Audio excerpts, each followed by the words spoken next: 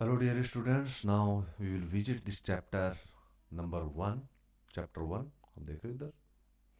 Chapter number one from history, class 10th. Okay. And this is the NCERT book. NCERT mission NCERT इसी focus करता है कि ये सिर्फ आप क्लास 10th के लिए नहीं पढ़ रहे हो आप ये. This will form a foundation course for the civil services. जो बड़ी जो हाई शॉर्ट बिग शॉर्ट जो एग्जाम्स होती हैं ना, कॉम्पिटिटिव एग्जाम जो पोस्ट मिलते हैं, आप कलेक्टर बनते हो, आप एसपी बनते हो, उसके लिए भी ये जो मटेरियल बहुत बेसिक फाउंडेशन क्रिएट करता है, फाउंडेशन कोर्स में आता है.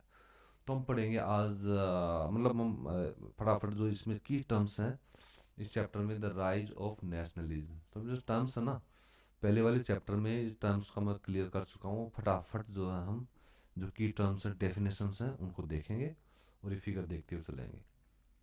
ओके. ये मैंने बताया था, ये एक अपने ये आप देख रहे हो फिगर, ये मैंने बता दिया था कि ड्रीम ऑफ, फिगर जो वन है, ये dream of world wide democratic and social republic. ये क्या था? Pact between nations. ये एक प्रिंट था जो अपने ड्रीम को विजुअलाइज करने के लिए फ्रेडरिक सॉरी ने 1848 में ये लिखा था. तो ये टाइटल है इसका, प्रिंट का. ओके. तो आपको कंफ्यूज नहीं होना, ईयर ये है ही. अब हम जो न्यू वर्ड्स देखते हैं, देखो न्यू वर्ड्स में आ गया. हमने बात की थी कि मोनार्कियल सिस्टम था. मोनार्कियल सिस्टम क्या था कि ऑटोक्रेटिक था और एब्सोल्यूटिस्ट था. तो ए फॉर ऑटोक्रेटिक और ए फॉर एब्सोल्यूलिस्ट. ऑटोक्रेटिक की स्पेलिंग ये बताई थी, ऑटोक्रेटिक. ऑटो वो नहीं जिसमें आप सब, क्रेटिक एक वर्ड ये भी इसका. ठीक है. तो हम ये टूल्स को जो है टूल्स को हम अपने जो टूल्स हैं आंसर राइटिंग के, अंडरस्टैंडिंग के, एक्सप्लेनेशन, तो उसको मजबूत करने के लिए सिर्फ टर्म्स को देखेंगे. एब्सोल्यूटिस्ट लिटरली अ गवर्नमेंट और system of rule. Okay. Government या सिस्टम ऑफ रूल. जैसे मानर्कियल सिस्टम था जिसमें किंग, मानर्क जो है वो उसका हेड होता था, है ना, और अपनी मनमर्जी से ही अपना शासन चलाता था. तो हो गया system of rule. That has no restraints. जहाँ कोई मतलब उनपे रेस्ट्रिक्शंस नहीं थी उनपे. On the power exercise. वो जो भी पावर एक्सरसाइज करते थे, जो भी पावर यूज करते थे, आदेश दे दिया, चलो उसने ऐसे कहा, राजे के खिलाफ, राजा के खिलाफ, फांसी दे दो उसको. ओके. तो वो क्या था, उनकी जो पावर्स थी उनको रेस्ट्रिक्शंस नहीं है. अब इनको आप कंपेयर कीजिए आज जो है, आज कुछ भी होगा तो क्या होता है कि पूरा एक कॉन्स्टिट्यूशन है, हमारा संविधान है, लॉज हैं, उनके अकॉर्डिंग जो प्लीडिंग होगी, ट्रायल्स होंगे कोर्ट्स में. तो मान ली कोई गलत काम करता है हेड जो भी है ना, तो वो उस पर रेस्ट्रिक्शन से काफी. ओके. इन हिस्ट्री, इतिहास, the term refers to a form of monarchical government. तो ये जो हम यहाँ पे जो बात कर रहे हैं हिस्ट्री में, एब्सोल्यूटिस्ट की जो हम बात कर रहे हैं हिस्ट्री में, तो किसके लिए आता है? फॉर्म ऑफ मोनार्कियल गवर्नमेंट, जिसमें मोनार्क जो है, मोनार्क जिसको बोलते हैं, मोनार्क या किंग, हमारे किंग बोलते हैं मोनार्क. मोनार्क मीन्स किंग होता है, MONARCH, मोनार्क. ठीक है. तो उस सिस्टम की हम यहाँ बात कर रहे हैं. वैसे आज भी जो आप, इसका मतलब ये नहीं है कि एब्सोल्यूटिस्ट वही होगा जहाँ कोई मोनार्क होगा, नहीं. आज भी बहुत सारे कंट्रीज हैं जैसे नॉर्थ कोरिया वगैरह, वहाँ भी एब्सोल्यूटिस्ट है, शासन है ना. तो वो भी जो जनता, उसके जो पावर्स जो एक्सरसाइज करता है वहाँ का जो भी प्रेसिडेंट, उसको कोई रेस्ट्रिक्शंस नहीं है. ओके. इंडिया में भी देख लीजिए, कई लोग जो आते हैं पीएम बन जाते हैं ना, तो जो हमारा जो संविधान, उनकी जो मूल आत्मा है, उनसे धोखा करके लोग पीएम बन जाते हैं और अपनी बेशर्मी से अपनी जो पावर्स को यूज करते हैं, और कोई रेस्ट्रिक्शन जो है वो लगा नहीं पाती कोर्ट वगैरह, या जनता इतनी जगी भी नहीं है. तो इसका मीनिंग मैं कहने का मतलब ये है कि मोनार्कियल ही हो ये जरूरी नहीं है absolutist. Okay. That was centralised. जो मोनार्कियल सिस्टम क्या था? सेंट्रलाइज्ड था. वो सारी पावर्स जो है एक एक आदमी के हाथ में होती है, मतलब सेंट्रलाइज्ड एकदम, सब कुछ हो राजा के हाथ में, सब कुछ सेंट्रलाइज, है ना. कहीं बांट नहीं रखा नीचे कि भाई चलो आप उस एरिया का आप देखो, इस हिसाब से सारा सब कुछ यहीं से आदेश होना है, राज दरबार से. Militarised and repressive. रिप्रेसिव मतलब दबाने वाला. देखो सेंट्रलाइज में क्या, अगर मिलिट्री को यूज करते हो रिप्रेस करने के लिए, लोगों को दबाने के लिए, कहीं विद्रोह रिवोल्ट हो गया then the king will send their military army there to repress the revolt. Okay, कोई पॉपुलर रिवोल्ट हो गया, लोगों ने विद्रोह कर दिया, मान लो टैक्स बहुत ज़्यादा लगा दिया राजा ने, तो राजा क्या कर, सारा सब कुछ अपने सेंटर में कर रखा, हाथ में कर रखा है, अपनी मिलिट्री भेजेगा, उसको रिप्रेस कर देगा, सप्रेस कर देगा। रिप्रेसिव या सप्रेसिव आप वर्ड यूज कर सकते हैं। ओके, इसका आप सप्रेसिव भी लिख सकते हैं। देखो रिप्रेसिव दोनों एकदम राइमिंग राइमिंग बैठ है। सप्रेस, SUPPRESS, ये हो गया सप्रेसिव, IV, सप्रेस से सप्रेसिव कर दिया। Okay clear. अब दूसरा अपना जो कॉन्सेप्ट आता है ये यूटोपियन। अब यूटोपियन क्या है, देखो एक आइडियल स्टेट, एक विजन होता है कि यार ऐसा स्टेट होना चाहिए। आप सपना देखते हैं यार ऐसा हो राज्य, देश ऐसा हो, देखते हैं विजन, तो हमारी सोसाइटी ऐसी हो, तो vision of a society that is so ideal, वो इतनी आइडियल है जहाँ आप कह रहे हैं कि यार ऐसे कानून होने चाहिए, है ना, इस तरह से होना चाहिए, तो बहुत आइडियल है, बहुत आदर्श ऊंचे विचार के, is unlikely to actually exist. वो इतना आइडियल है, इतना आदर्श के रूप में है कि वो एक्चुअली एग्जिस्ट नहीं कर सकते। जैसे मैं बताऊं आपको, जैसे आप इंडिया की बात करते हैं, इंडिया में ये एक हमारा विजन रहता है जो अपने directive principles of state policy, उसमें ये होता है कि हर इंसान को रोजगार की गारंटी होनी चाहिए, उसको रोजगार मिलना चाहिए, तो रोजगार नहीं मिले तो उसको जो है अलाउंस, जैसे मैं एक मेरा विजन है कि उसको एक अनएम्प्लॉयमेंट अलाउंस मिलना चाहिए। तो सारे 140 करोड़ की आबादी में बहुत सारे करोड़ों लोग बेरोजगार हैं, तो सबको रोजगार देना मुश्किल होती है। तो एक आइडियल स्टेट है, एक आइडियल मतलब आदर्श, भैया ऐसा होना चाहिए, लेकिन वैसा एक्चुअली हो नहीं पाता, उसको बोलते हैं यूटोपियन। ओके, अब देखो आप यहाँ देख रहे हो यूटोपियन विजन ये आ रहा है। एब्सोल्यूटिस्ट इंस्टीट्यूशंस, कौन सी इंस्टीट्यूशंस एब्सोल्यूटिस्ट है, जहाँ सारा पावर सेंट्रलाइज्ड है, मिलिटरीलाइज्ड है। ओके, और रिप्रेसिव वहाँ पे सिस्टम है, दबा दिया जाएगा, आप दबा दिए जाओगे, आपको सप्रेस कर दिया जाएगा। तो इसलिए लोग उससे लिबर्टी की बात करते हैं। ये जो राइज ऑफ नेशनलिज्म में लिबर्टी की बात होती है, भाई सबको जो है लिबर्टी मिलनी चाहिए। ओके, देश कौन कौन से थे, यूनाइटेड स्टेट्स, स्विट्जरलैंड, हमने पहले बात की थी, फ्रांस, जर्मनी, है ना, ये भी इसमें आते हैं, तो हम इस हिसाब से चलते हुए चलते हैं। ओके,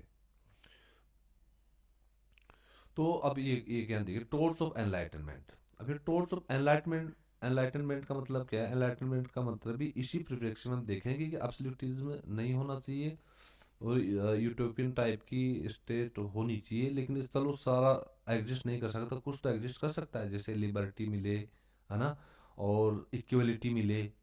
तो ये टोर्च ऑफ एनलाइटनमेंट, इसका मीनिंग यहाँ पे ये रहेगा, क्योंकि जितने भी रिवोल्यूशन, फ्रेंच रिवोल्यूशन हुआ, है ना, तो फ्रेंच रिवोल्यूशन में इक्वलिटी, फ्रेटर्निटी, इनकी बात हुई थी, जैसे मैंने आपको बताया। तो ये एनलाइटनमेंट में, एनलाइटनमेंट है उसमें यही आता है कि डेमोक्रेटिक फॉर्म ऑफ गवर्नमेंट, जिसमें पॉपुलर पीपल का, लोगों का उसमें पार्टिसिपेशन हो, और इक्वलिटी हो, और लिबर्टी हो, फ्रीडम हो, ये एनलाइटनमेंट है डिरेक्शन में। ओके, चलो आगे देखते हैं।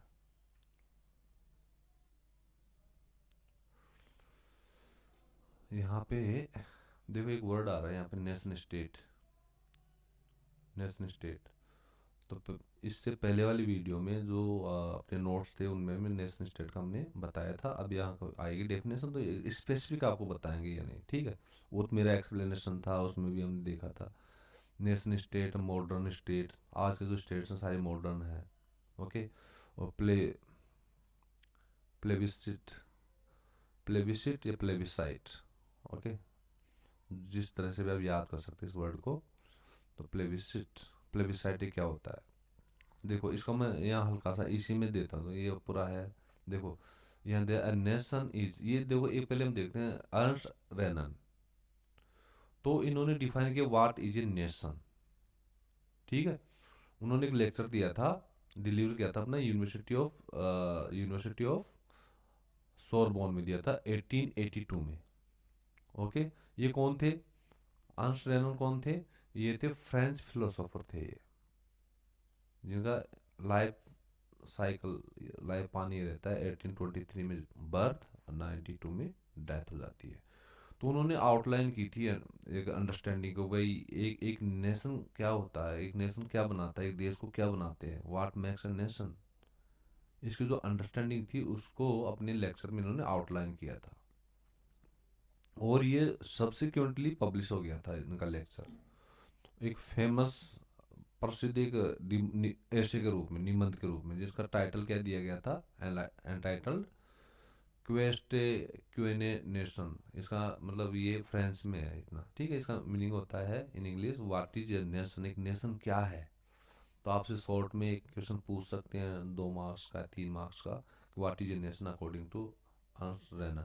ओके, आपसे ये नहीं पूछेंगे कि कब दिया था, ये शायद पूछ भी ले, ऑब्जेक्टिव में आ सकता है कि 1882 में। Okay, yes. अब देखिए इस ऐसे में उन्होंने क्या किया, क्रिटिसाइज किया था किसको, इस नोशन को, नोशन में होता है विचार, इस विचार को सजेस्टेड बाय अदर, जो दूसरों ने सजेस्ट किया था इस रेफरेंस में कि व्हाट इज ए नेशन, या व्हाट मेक्स ए नेशन, एक एक राष्ट्र क्या बनाता है, मतलब क्या बनाते हैं एक राष्ट्र को मिलकर वो, या नेशन क्या होता है। इस पे जो दूसरों ने विचार दिए थे, नोशन दिया था अपना, नोशन में थॉट। ओके, तो उसको इन्होंने क्या किया, क्रिटिसाइज किया। और दूसरों ने विचार क्या दिया था, उन्होंने ये विचार दिया था, जो उन्होंने ये कहा, जो अदर्स थे, अदर्स की बात कर रहा हूँ यहाँ पे, that a nation is formed by a common language, race, religion and territory. और उन्होंने कहा कि नेशन जो है कॉमन, सभी जो पीपल हैं उनका जो एक कॉमन जो लैंग्वेज है, रेस है, उनकी जो जाति है, रिलीजन है, टेरिटरी, उससे बनता है। उन्होंने इस चीज़ को, रेनन साहब ने मना कर दिया, नहीं नेशन ऐसे नहीं बनता। अब देखो इन्होंने क्या कहा, nation is the culmination. Culmination माने होता है किसी चीज को एक कल्मिनेट होना या डेवलपमेंट। ओके, तो nation is the development of a long past, बहुत लंबे पास्ट का, लॉन्ग पास्ट ऑफ किसके, एंडेवर्स, एफर्ट्स। एंडेवर्स माने होता है प्रयास, एफर्ट्स जो आपने अटेम्प्ट्स किए हैं, एफर्ट्स किए हैं, A for F, E for F, देखो E for endeavours, E for efforts, है ना, जो आपने एफर्ट्स किए हैं। ओके, हम कहते हैं, मान लो एंडेवर्स आप भूल जाते हो, एंडेवर्स माने होता है ऐसे काम जो किसी मकसद को लेके किए जाते हैं। Okay, any task which are committed और done with a vision, with an object, मतलब ऑब्जेक्ट बोले तो एक लक्ष्य के लिए किए जाते हैं। तो किसके लिए, देखो एंडेवर्स सेक्रीफाइस, और उसके लिए सेक्रीफाइस भी आप कर रहे हो, एंड डिवोशन, पूरी तरह से डिवोट होकर आपको करना होता है उसमें। देखो कितना एंडेवर्स करने हैं, या आप इस अपनी लाइफ में भी इसको सेट कर सकती हैं। यदि आपको बहुत सक्सेसफुल एक लर्नेड पर्सन, एक एनलाइटेंड पर्सन बनना है, तो आपको एंडेवर्स करने पड़ेंगे। एक एफर्ट्स, मतलब एफर्ट्स तो थोड़ा इसमें डिग्री में कम हो जाता है ना, एफर्ट्स तो एंडेवर्स होता है efforts for an object, for an goal, for a goal, sorry, for a goal, endeavours. For that you have to sacrifice lot of things, you have to sacrifice the company of your friends, you have to sacrifice many social events. Okay, you have to sacrifice lot of things which disturbs you, जो आपको disturb करती है, उसको सबको आपको sacrifice करना पड़ेगा। और पूरा ये कब होगा, जब पूरी तरह से आप डिवोशन हो जाओगे, 100% डिवोशन, 100% डिवोशन आपको देना होगा। ठीक है, इस चीज को आप अपनी लाइफ में जोड़ के इस तरह से याद कर सकते हैं। कहते हैं ना कि खुद को इतना बिजी कर लो, खुद को इतना डूबो दो अपने लक्ष्य को प्राप्त करने के लिए, और इतने एंडेवर्स करो कि आपके पास एक सेकंड भी ना बचे कि कौन क्या कह रहा है आपके लिए, कौन आपको बुराई कर रहा है, या कौन आपको डिमोटिवेट कर रहा है, उनको सोचने का टाइम नहीं मिले। इसलिए इसी से दूसरा कोटेशन, आप जो अंधे बहरे गूंगे बन के अपने काम में लगे रहो पूरी डिवोशन के साथ, बस यही करना है मेरे को, पूरा सेक्रीफाइस आपको उसमें देना पड़ेगा। और बहुत सारे एंडेवर्स करने पड़ेंगे, एकदम सुबह 4 बजे उठना पड़ेगा, थोड़ा अपनी फिजिकली मेंटली फिट होने के लिए सुबह उठ के, है ना। डांस भी आपको करना पड़ेगा, और डांस करते करते अपनी मुट्ठियों को बंद करके सोचना पड़ेगा कि मुझे बस ये करना है, करना है, करना है। ओके, तो अब आप ये देखिए, a nation is the culmination of a long past of endeavor, sacrifice and devotion. Okay, तो कितना आसान हो गया, ई हो गया एंडेवर्स, एस का हो गया sacrifice, D E S D, एक डिवोशन के साथ। ठीक है, तो ये किसका कल्मिनेशन है, long past of Endeavour, sacrifice and devotion, heroic past, past ऐसा हीरोइक जिसमें आपने आपने इस तरह की लाइफ जी हो, ईएसडी वाली। ओके। ग्रेट मैन, आप ग्रेट मैन तभी बनोगे जब आप ईएसडी को अपना गोल बनाओगे, एंडेवर, सेक्रीफाइस एंड डिवोशन को। ग्रेट मैन, ग्लोरी, आपको ग्लोरी भी तभी मिलेगी, नाम भी आपको तभी मिलेगा। That is the social capital upon, और इस तरह से आप सोशल कैपिटल बन जाओगे, पूरी सोसाइटी के लिए आप कैपिटल बन जाओगे, क्योंकि आप इस तरह से काम कर रहे हैं एक नेशन के लिए। ठीक है, नेशन को में कंट्रीब्यूट, नेशन फॉर्मेशन में कंट्रीब्यूट करने के लिए। So you will be a social capital upon विच, जिसके ऊपर वन बेसेज नेशनल आइडिया, जिसके ऊपर जो लोग नेशनल आइडिया का जो विचार है उसको, उस पे उसको आधार बनाते हैं इस चीज को, नेशनल आइडिया के लिए। तो इनके हिसाब से ये था। देखो, आप इसको, हम नेशन की बात करें तो आप इसको अपनी पर्सनल लाइफ में भी इसको आप एडॉप्ट कर सकते हैं, लाइंस को, इस विजन को। ओके। तो क्या आ गया, आप आपको सोशल कैपिटल बनना है, ग्रेट मैन बनना है, आपको ग्लोरी लेनी है, तो आपको एंडेवर्स ईएसडी वाला मॉडल अपनाना पड़ेगा। अर्न्स्ट रेनन साहब का endeavours, sacrifice and devotion to be a social capital. Okay. तो इस तरह से आप इसको याद कर सकते हैं। Nation is the culmination of a long past of Endeavour, sacrifice and devotion, a heroic past. फिर आपको तो पास्ट कैसा होगा, आपके पास्ट को हीरोइक रखना एकदम, आपको लोग देखें यार हीरो आया था यार, वो हीरो था समाज का, वो एक सोशल कैपिटल था। देखो, a heroic past, great man, glory, that is the social capital upon which one bases, उस पे क्या, और जो लोग हैं, हर कोई वन का आ रहा है, हर कोई, each and every one will bases A national idea. तो कौन सा आइडिया को बेस बनाएगा, इस आइडिया को, जो आइडिया लेके आप चले ईएसडी मॉडल अपनाएगा वो भी। आप इसको इस तरह से याद कर सकते हैं, परफेक्ट तरीके से अपनी लाइफ में इस आइडिया को आप इम्प्लीमेंट भी कर सकते हैं। अब नेक्स्ट देखिए, to have common glories in the past. Past में कॉमन ग्लोरीज रखने के लिए इस तरह की, इस मॉडल बेस की। To have a common will in the present. देखो, common glories and common will, तो सब में कॉमन, यदि इस चीज को सब अपना लेंगे सब में कॉमन हो जाएगी, ईएसडी मॉडल सब में कॉमन हो जाएगा। ठीक है, कि यार सोशल कैपिटल बनना है। Okay. Common glories and common will, common इच्छा शक्ति। कौन सी विल, ये वाली ईएसडी वाली कॉमन विल, क्योंकि कॉमन ग्लोरीज आपको रखनी है, तो आपको कॉमन विल भी जो प्रेजेंट में अभी रखनी पड़ेगी, अभी आपको ये चीजें अपनानी पड़ेगी। To have performed great deeds, great बड़े बड़े कामों को परफॉर्म करने के लिए, टुगेदर, साथ साथ। To wish to perform still more, और ये इच्छा रखना कि यार मुझे और करना है, इससे भी आगे, ईएसडी मॉडल से मुझे आगे जाना है। These are the essential conditions of being a people, और यही इसेंशियल कंडीशन है, इसेंशियल कंडीशन यही है। डियर फ्रेंड्स, डियर स्टूडेंट्स, आप ईएसडी मॉडल आप एंडेवर्स करेंगे, एक ऑब्जेक्ट के लिए प्रयास करते हैं, आप सेक्रीफाइस करते हैं, डिवोशन करते हैं, ताकि आपका पास्ट हीरोइक हो, आप एक ग्रेट मैन बने, आपको ग्लोरी मिले, और आप एक सोशल कैपिटल आप बने। ऐसी सोशल कैपिटल आप बने कि हर कोई आपके उस आइडिया को एक बेस बनाता है।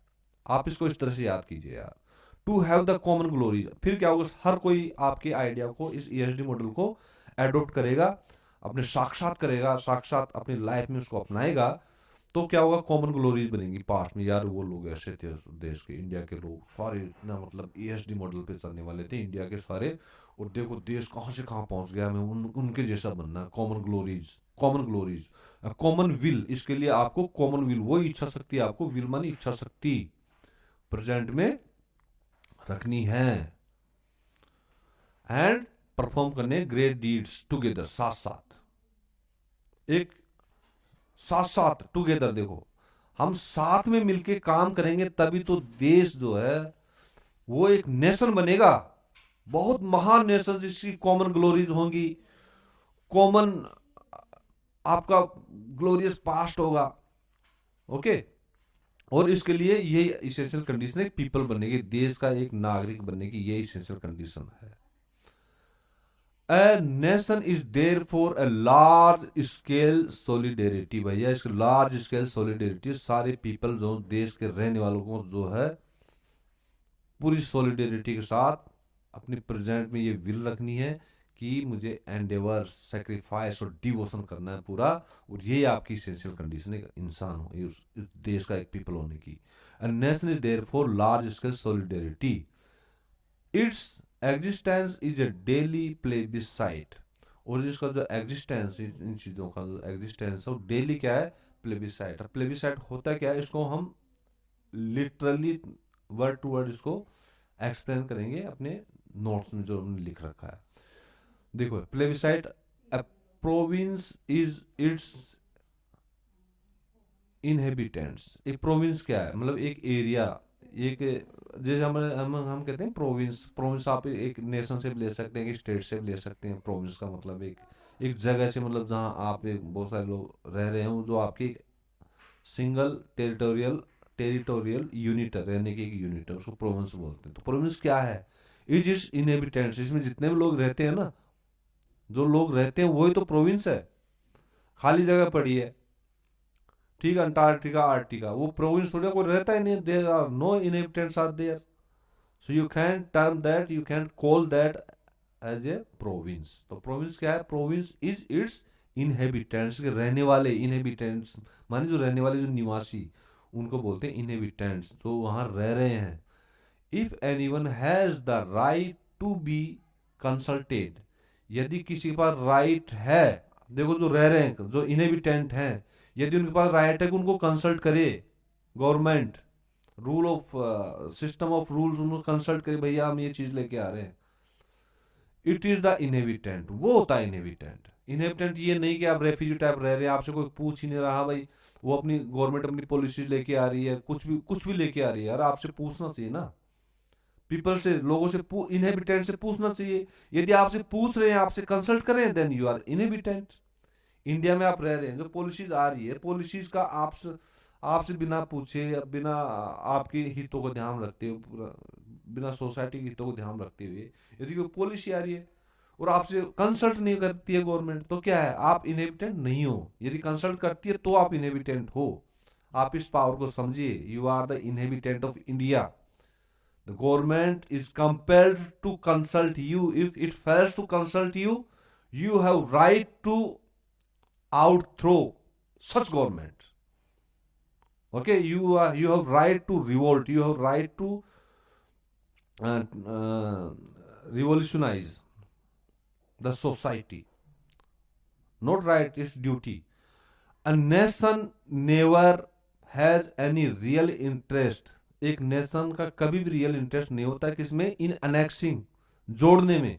अनेक्स करना, मान लो कोई टेरिटरी है, इसको जोड़ लिया, ये पास की टेरिटरी है, इसको अपने टेरिटरी में ला लिया, इसको अनेक्सिंग बोलते हैं। ठीक है, किसी को अपने आप में मिलाना उस चीज को, अनेक्सिंग। और होल्डिंग ऑन, उसको पकड़ना, मतलब उस पे होल्ड रखना।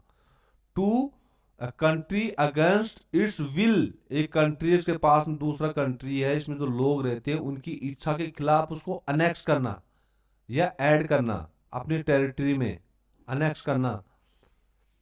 ठीक है, उनकी इच्छा के खिलाफ, अगेंस्ट देर, उनकी इच्छा के खिलाफ। तो ये एक नेशन का जो है, ये कभी भी एक रियल इंटरेस्ट नहीं हो सकता, क्योंकि एक जो नेशन है, एक जो नेशन है वो क्या करेगा, उसको जो है विल, जो है लोगों की जो विल है उसका सम्मान करना पड़ेगा, उनकी इच्छा का सम्मान करना पड़ेगा। The existence of Nations is a good thing. इस तरह के जो नेशंस है उनका एग्जिस्टेंस बहुत बढ़िया बात है। अननेसेसरी, इवन बहुत ज्यादा बढ़िया नहीं, बहुत जरूरी है, नेसेसरी है।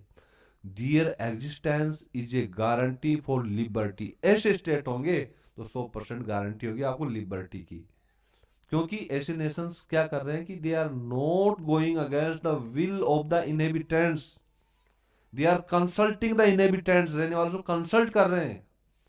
तो ऐसा नेशन कभी भी जो है आपको दबाएगा नहीं, रिप्रेस नहीं करेगा, जैसे ऑटोक्रेटिक स्टेट करता है।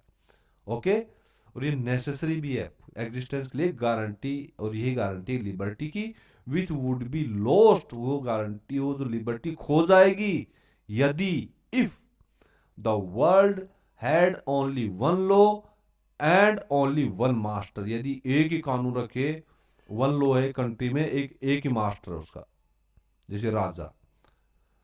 कई लोग तो जो डेमोक्रेटिक कंट्री जैसे इंडिया जैसे देश है उनमें संविधान में जो डेमोक्रेटिक कॉन्सेप्ट की जो भावना है उसको धोखा देते हुए, लोगों की आंखों में धूल झोंकते हुए, अपने आप को मतलब चौकीदार बताते हुए, देश का मैं चौकीदार हूँ, मैं रक्षक हूँ, मैं प्रधान सेवक हूँ, है ना, ये कह के सत्ता में आ जाते हैं और वे वन मास्टर टाइप वो काम करने लगते हैं, देश की प्रॉपर्टीज को बेचने लगते हैं।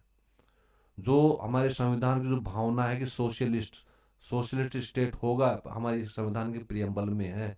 यदि सोशलिस्ट का मतलब है कि जो प्रॉपर्टीज है उस पर जनता का हक है, अब वो जनता की चीजों को कोई प्राइवेट आदमी को बेचने लगे तो एंटी कॉन्स्टिट्यूशनल होते हैं ऐसे इंसान। तो ऐसे में हमारी जिम्मेदारी बनती है कि हम जो है कॉन्स्टिट्यूशनल वे में, एक संवैधानिक तरीके से, एक कानूनन तरीके से ऐसी गवर्नमेंट्स को काउंटर करें। ठीक है, ये होता है इसका। अब देखो ये आ गया अपना वर्ड प्लेबिसाइट। प्लेबिसाइट होता है क्या है, देखो ए डायरेक्ट वोट, एक सीधा वोट। प्लेबिसाइट, देखो बहुत बढ़िया वर्ड है, प्ले PLE, बिस, बिस्कुट या बीस नहीं, बिस साइट। ये देखो बी, ये समझ लो बी साइट, साइट तो खैर उसके स्पेलिंग ये होता है साइट का दृश्य, है ना, तो बी साइट है भाई, प्ले बी साइड, वो बी साइड को प्ले करो याद करने के लिए। ठीक है, तो अब प्ले का तो वैसे ये होता है, लेकिन मैं याद करने के लिए बता रहा हूँ, मैं मतलब जो टूल बॉक्स जो आपका जो अंडरस्टैंडिंग का मजबूत करने के लिए उसको कई चीज़ों में इंटरलिंक करता हूँ। तो इसको प्ले बी साइड कैसे याद कर सकते हैं, प्ले बी साइड मतलब plebiscite, plebiscite. Okay, तो प्ले बी साइड क्या है, एक डायरेक्ट वोट है बाय विच, जिसके द्वारा all the people of a region, एक क्षेत्र के सारे लोग, आर आस्क्ड, उनसे पूछा जाता है, टू एक्सेप्ट करें या रिजेक्ट करें एक प्रपोजल, एक प्रपोजल को। सपोज कीजिए, अब इसको ऐसे समझिए आप कि बहुत सारी पॉलिटिकल पार्टीज इंडिया में इलेक्शन कंटेस्ट करती है, तो आप वोट डालने जाते हैं ना, तो आप जो है यदि एक पार्टी को वोट देते हैं, पार्टी ए को आप वोट देते हैं, तो आप ये समझिए कि आप इसके विजन को एक्सेप्ट कर रहे हैं। यदि इसको वोट नहीं देते हैं तो आप उसको रिजेक्ट कर रहे हैं। तो ये आपके पास, ये आपका राइट है। तो ये क्या है, डायरेक्ट वोट है, जिसके थ्रू आप एक्सेप्ट करते हैं या रिजेक्ट करते हैं एक प्रपोजल को।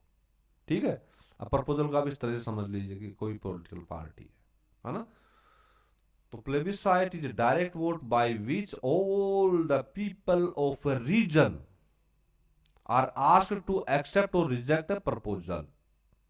ओके, तो एक वोट है, सारे पीपल हैं किसके, एक रीजन के। आप ये मान लीजिए जैसे स्टेट इलेक्शन हो रहे हैं, तो आप जिस स्टेट के हैं तो आप उसका मान लीजिए। ये लोकसभा या पार्लियामेंट के इलेक्शंस हो रहे हैं तो आप जो है इंडिया को अपना रीजन मान लीजिए। एक म्यूनिसिपैलिटी के इलेक्शन हो रहे हैं, आप किसी वार्ड में रह रहे हैं तो उसको एक रीजन मान लीजिए। ठीक है, तो ये है इसमें।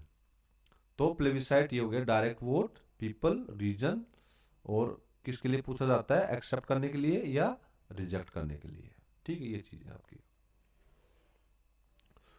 तो डिस्कशन देखिए, summarise the attributes of a nation as Renan understands them, why in his view are nations important. तो उसमें सारा सब कुछ है कि ऐसे नेशन कौन सा होगा, nation which consults you, which gives you liberty, okay, and which does not go against the will of the people, वो नेशन होता है। The nation which sponsors liberty, in short.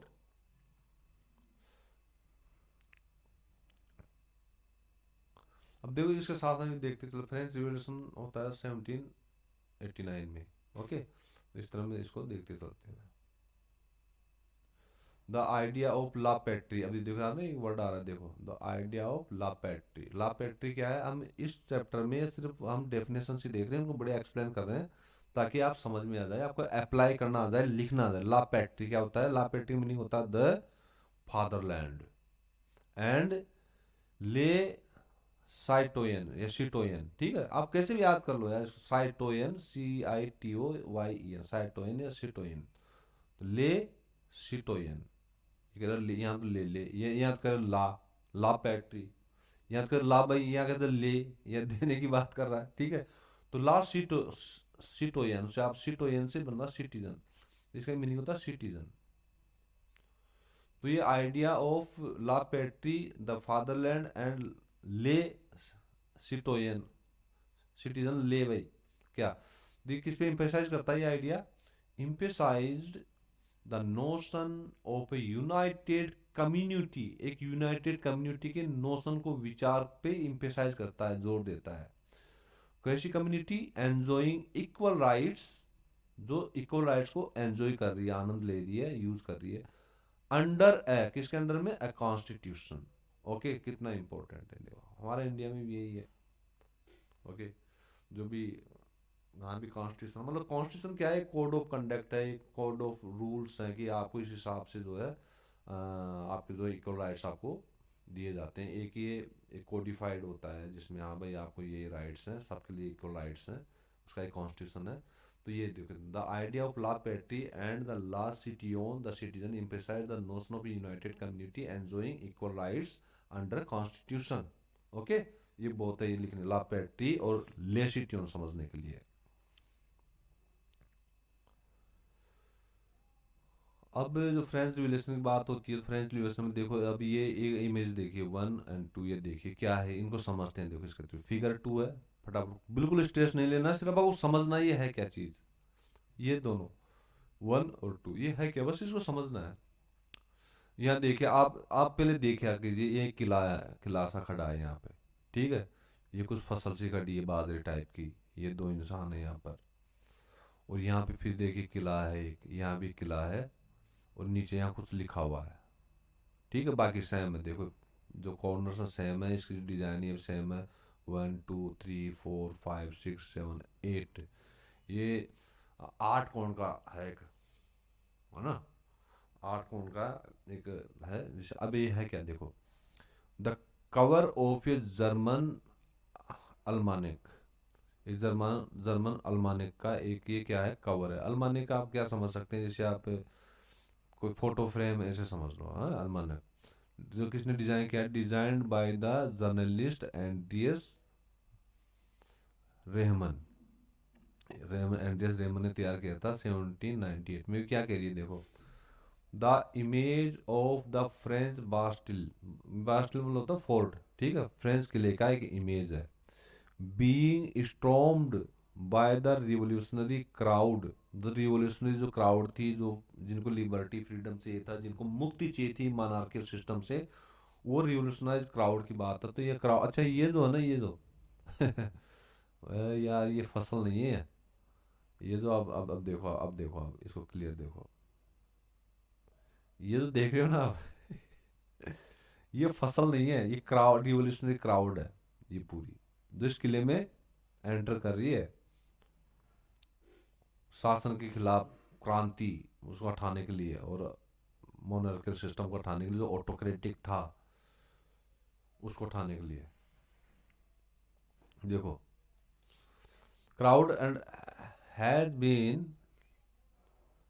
Been placed next to a similar fortress, और ये जो similar जो दूसरा fortress है, देखो बास्टिल का आ गया ना, बास्टिल मतलब फोर्ट्रेस, फोर्ट या fortress, similar fortress meant to represent the bastion of despot rule. अब डेस्पोट रूल का जो डेस्पोट आ रहा है, डेस्पोट का वो होता है डेस्पोटिक, बोले तो ऑटोक्रेटिक, ओके, ऑटोक्रेटिक उसके खिलाफ में है, तो mean to represent the bastion of डेपोटिक rule, तो जो डेपोटिक रूल था उसके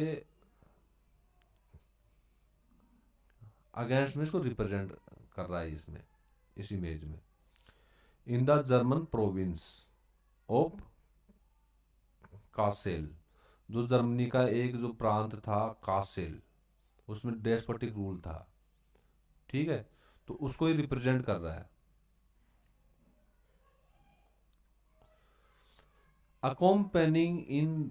accompanying the illustration is the slogan, अच्छा, ये इसमें जो स्लोगन है, ये जो स्लोगन क्या है ये, the people must seize their own freedom, लोगों को अपनी फ्रीडम खुद को ही सीज करनी पड़ेगी।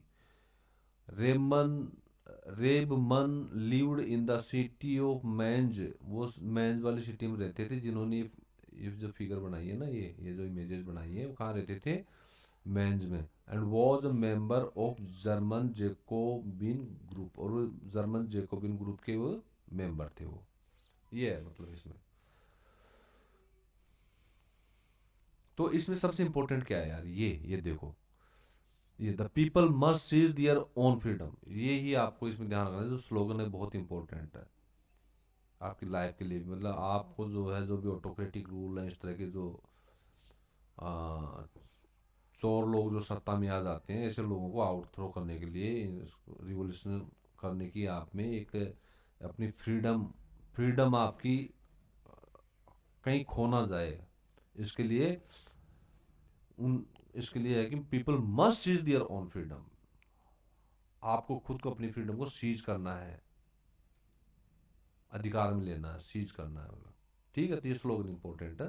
तो ये स्लोगन किनका है, ये एंड्रियस रेबमन का है, एंड्रियस रेबमन का स्लोगन है ये बहुत इंपॉर्टेंट स्लोगन है, the people must seize their own freedom. Okay, अब हम चलते हैं धीरे धीरे। और अब ये फिर देखिए, हमने अब फिर बहुत बढ़िया देखो आ गया। तो यहाँ जो rise of nationalism in Europe में कौन कौन से जो मेजर जो काउंट पार्ट्स हैं, फ्रांस, फ्रेंच रिवोल्यूशन की बात की, स्विट्जरलैंड का भी हमने नाम लिया था, स्विट्जरलैंड, और ये इटली है पूरा, यहाँ से लेकर देख रहे हो ना, ये इटली, ठीक है। और फिर ऑस्ट्रिया की बात हुई थी, है ना, ऑस्ट्रिया भी, ऑस्ट्रिया पोजिशन यहाँ पर है। और इंग्लैंड की भी अपनी बात हुई थी अपना ये आ गया है इंग्लैंड, है ना इधर। लेकिन ये पूरा, ये सब पूरा एरिया कटा हुआ है, और ये आयरलैंड भी जो है यहाँ से इसे कटा हुआ है, तो मतलब ये आइसोलेटेड है। ओके। और याद दिलाई आप, जर्मनी, यस। तो फ्रांस से जर्मनी लगी हुई थी, ठीक है इधर। तो जर्मनी इधर थी, जर्मनी, ये जर्मनी साइड में थी, हमने जो देखी थी मैप में, ठीक। तो ये ओटोमन एम्पायर, मैंने और कहा था ना, ओटोमन एम्पायर आज का जो टर्की है वो ओटोमन एम्पायर यहाँ था, यहाँ ओटोमन एम्पायर। तो ये सब पास पास में ही है ना। तो ये क्या है देखो, ये जो फिगर 3 है, Europe after the Congress of Vienna 1815, 1815 Congress of Vienna, Vienna कहाँ की कैपिटल है, ऑस्ट्रिया की, कहाँ की है, ऑस्ट्रिया की कैपिटल आज वियना, VIE, वियना ऑस्ट्रिया की, ठीक है। तो कांग्रेस ऑफ वियना, इसके बारे में हम पढ़ेंगे अपने नोट्सों में, यहाँ तो हम सिर्फ जो फटाफट जो टर्म्स को देख रहे हैं, है ना। हमें यहाँ वो नहीं होना है, भ्रमित नहीं होना है। देखो फिर हम देखेंगे, कुछ कुछ चीजें आती हैं बड़ी बड़ी। देखो, the civil code of 1804, civil code of 1804 ये क्या है, usually known as the Napoleonic code.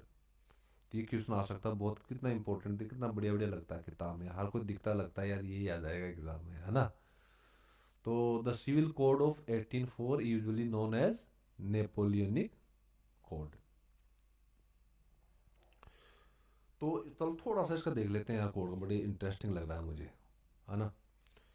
देखो यहाँ से हम करते हैं, through and return to monarchy Napoleon had no doubt destroyed democracy in France.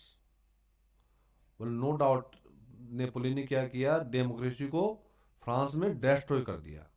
देखो फैक्ट है, नो डाउट मतलब फैक्ट है। अब देखिए, नो मतलब यार नेपोलियन को मतलब बढ़िया समझ रहा था, है ना, इसने तो डेमोक्रेसी को फ्रांस में डिस्ट्रॉय कर दिया, नो डाउट।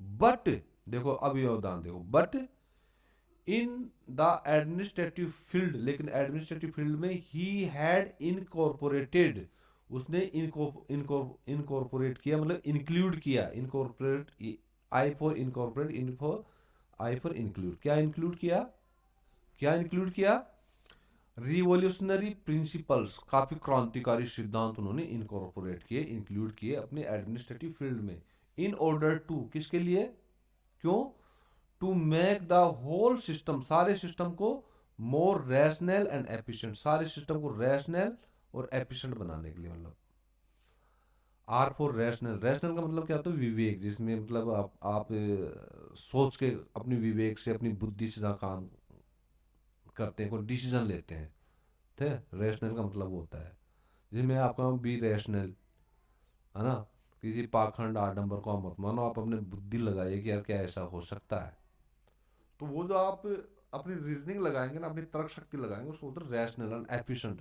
तो सारे होल सिस्टम को क्या कराने के लिए, रैशनल एंड एफिशिएंट बनाने के लिए रिवॉल्यूशनरी प्रिंसिपल्स, रिवॉल्यूशनरी प्रिंसिपल्स को क्या किया, इनकॉर्पोरेट किया, मतलब इंक्लूड किया, एडॉप्ट किया, अपनाया, एडॉप्ट एक वर्ड ये भी हो सकता है, ठीक है, इंक्लूड या एडॉप्ट किया। ओके, अब आगे देखिए, ये हो गया आपका जो सिविल कोड को यूजुअली कैसे जाना जाता है, नेपोलियनिक कोड के तौर पर, did away with all privileges based on birth. अब डिड अवे विद क्या होता है, डिड अवे, डू अवे एक फ्रेज है, डू अवे, डू अवे मानी होता है किसी को मतलब किनारा कर लेना, नहीं माना, डू अवे, नहीं मानना, नहीं मानना, किनारा कर लेना, नजरअंदाज कर देना, डू अवे, किस चीज को मतलब मानने से मना कर देना, खत्म कर देना, या दूर दूर दूर हो जाना, मतलब उस किसी चीज से अवे हो जाना, करने से, किसी काम को नहीं करना, डू अवे, इसको आप इस तरह समझिए, ठीक है। तो डू, डिड अवे विद, ये सेकंड फॉर्म में डिड, डू की, और टेंस कौन सा है ये, प्रेजेंट, हाँ जो पास्ट इंडेफिनिट टेंस है ये, ठीक है, का सिंपल टेंस है। Did away with all privileges based on birth, एक बर्थ पे भाई किसी के, एक सिटीजन के बर्थ पे उसको जो भी प्रिविलेजेस मिलने चाहिए, सारे प्रिविलेजेस उससे इसने किनारा किया, उनको प्रिविलेजेस देने से, देने का जो काम था वो नहीं किया, उससे अलग हो गया, मतलब इस चीज को नहीं माना, ऑल प्रिविलेजेस को डिनाई कर दिया, उसको डू अवे मानी आपने डिनाई कर दिया भाई, ये भी आप इसमें यूज कर सकते हैं, डिनाई करना, ठीक है। Established equality before the law, और क्या एक तो ये कर दिया, all privileges based on birth, दूसरा इसने किससे डिनाई कर दिया, एस्टाब्लिश्ड इक्वलिटी बिफोर लॉ, भाई कानून के सामने सबको एक स्थापित समानता का अधिकार मिलेगा, एस्टाब्लिश्ड मानी स्थापित, स्थापित बोले तो एस्टाब्लिश्ड कि ये नियम बना रखा हो, suppose there is a rule that all the citizens will enjoy all privileges on their birth, suppose कीजिए ऐसा कोई एक कॉन्स्टिट्यूशन में है, तो उस चीज को उसने नहीं माना, ठीक है, तो वो, तो एस्टाब्लिश्ड इक्वलिटी बिफोर लॉ, इस चीज को भी नहीं माना, and secure the right to property, and secure the right to property, लेकिन देखो यहाँ बट से शुरू था अपना, बट कहाँ गया अपना but, but in administrative field इन्होंने क्या क्या किया कि रिवोल्यूशनरी एंड रिवोल्यूशनरी प्रिंसिपल्स को एडॉप्ट किया, होल सिस्टम को रैशनल एंड एफिशिएंट बनाने के लिए, और जो कोड था इनका, इस कोड में इन्होंने all privileges based on birth and established equality before the law, इसको नहीं माना, और क्या नहीं माना, and secure the right to property. अब देखिए, अभी जो secured the right to property, NCERT में जो पूरा जो पैसेज यहाँ से यहाँ तक का है ना, अब इसमें ये देखेंगे कि क्या इससे भी जो राइट टू प्रॉपर्टी को मानता है नहीं मानता है, क्योंकि यहाँ से डीड अवे से थोड़ा दूर आ गए, अपने यहाँ आ गए राइट टू प्रॉपर्टी तक, शुरू का तो कंफर्म हो गया एक और दो, अब इसका हम देखते हैं, वो आगे पढ़ने से पता चलेगा। This code was exported to the regions under the French control, और ये जो कोड था इसका, सिविल कोड 1804 का, इसको एक्सपोर्ट किया गया और रीजनों में, मतलब भेजा गया, चलो इस कोड के अनुसार काम करे, जो कि फ्रेंच कंट्रोल में जो रीजन्स थे। In the Dutch Republic, Dutch, Switzerland, Italy and Germany, Napoleon simplified administrative divisions, ओहो, तो ये सारे इसके अंडर में थे, कंट्रोल में थे। फ्रेंच कंट्रोल में क्या क्या थे देखो, डच, इटली, जर्मनी, ये इसके अंडर में थे। तो इन्होंने क्या किया, जो भी एडमिनिस्ट्रेटिव जो डिवीजन थे ना, उनको क्या सिंप्लीफाई किया इसने, मतलब इसने सुधार किया अपने उसमें रूल में, शासन में, जो भी रीजन से कंट्रोल में, सिंप्लीफाई किया। एबोलिश्ड, एबोलिश किया, खत्म किया, एबोलिश माने खत्म करना। To put an end, feudal system, जो फ्यूडल सिस्टम थे, जो जागीरदार जगह जगह जागीरदार बन रहते थे, है ना, पूरी चैन में, यहाँ जागीरदार बैठा, यहाँ जागीरदार बैठा, नीचे जनता पिस रही है, बस इसको खत्म कर दिया। एंड फ्रीड पीसेंट्स, पीजेंट्स मतलब पीजेंट किसान, पीजेंट्स मतलब होता है फार्मर्स, फार्मर्स को फ्री कर दिया। From serfdom and manorial, manorial dues, manorial dues, जो भी सर्फडम मतलब इस तरह के जो कंट्रोल था ना इनका, फ्यूडल सिस्टम, बोला इनको तुम भाई तुम्हारा किसी कोई मतलब नहीं किसान, चलो हटो तुम साइड में। ओके, अब मेनोरियल ड्यूज क्या होते हैं, अभी हम देखते हैं इसमें मेनोरियल ड्यूज क्या होता है। देखो, मेनोरियल ड्यूज, ड्यूज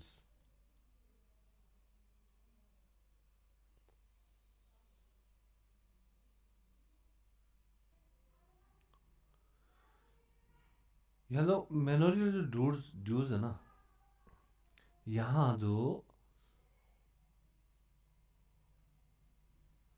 यस, जो मेनोरियल ड्यूज क्या होते हैं, मेनोरियल ड्यूज वो होते हैं जो पीजेंट्स, जो फार्मर्स होते हैं, अपने लैंडलॉर्ड्स को, वो जो जिस लैंड पे, जो लैंड फार्मर्स को लैंडलॉर्ड्स देते हैं अपनी लाइवलीहुड, अपनी आजीविका चलाने के लिए, खेती करने के लिए, उसका रेंट होता है वो, ठीक है, रेंट या फी होती है, तो उस फीस को भी उसने खत्म कर दिया। Okay, in the towns too, और शहरों में भी, guild restrictions were removed. Guild restriction क्या होते हैं, गिल्ड होता था एक ग्रुप ऑफ मर्चेंट्स, उसको गिल्ड बोलते हैं, किसी भी मान लो गिल्ड ऑफ, गिल्ड एक ग्रुप होता है, गिल्ड ऑफ आर्टिसंस जो आर्ट होते हैं, गिल्ड ऑफ मर्चेंट्स। तो गिल्ड में जो रेस्ट्रिक्शंस थी उनको भी रिमूव कर दिया, और जो ट्रांसपोर्ट एंड जो कम्युनिकेशन सिस्टम्स थे उनको इम्प्रूव कर दिया। ठीक है, तो peasants, artisans, workers and new businessman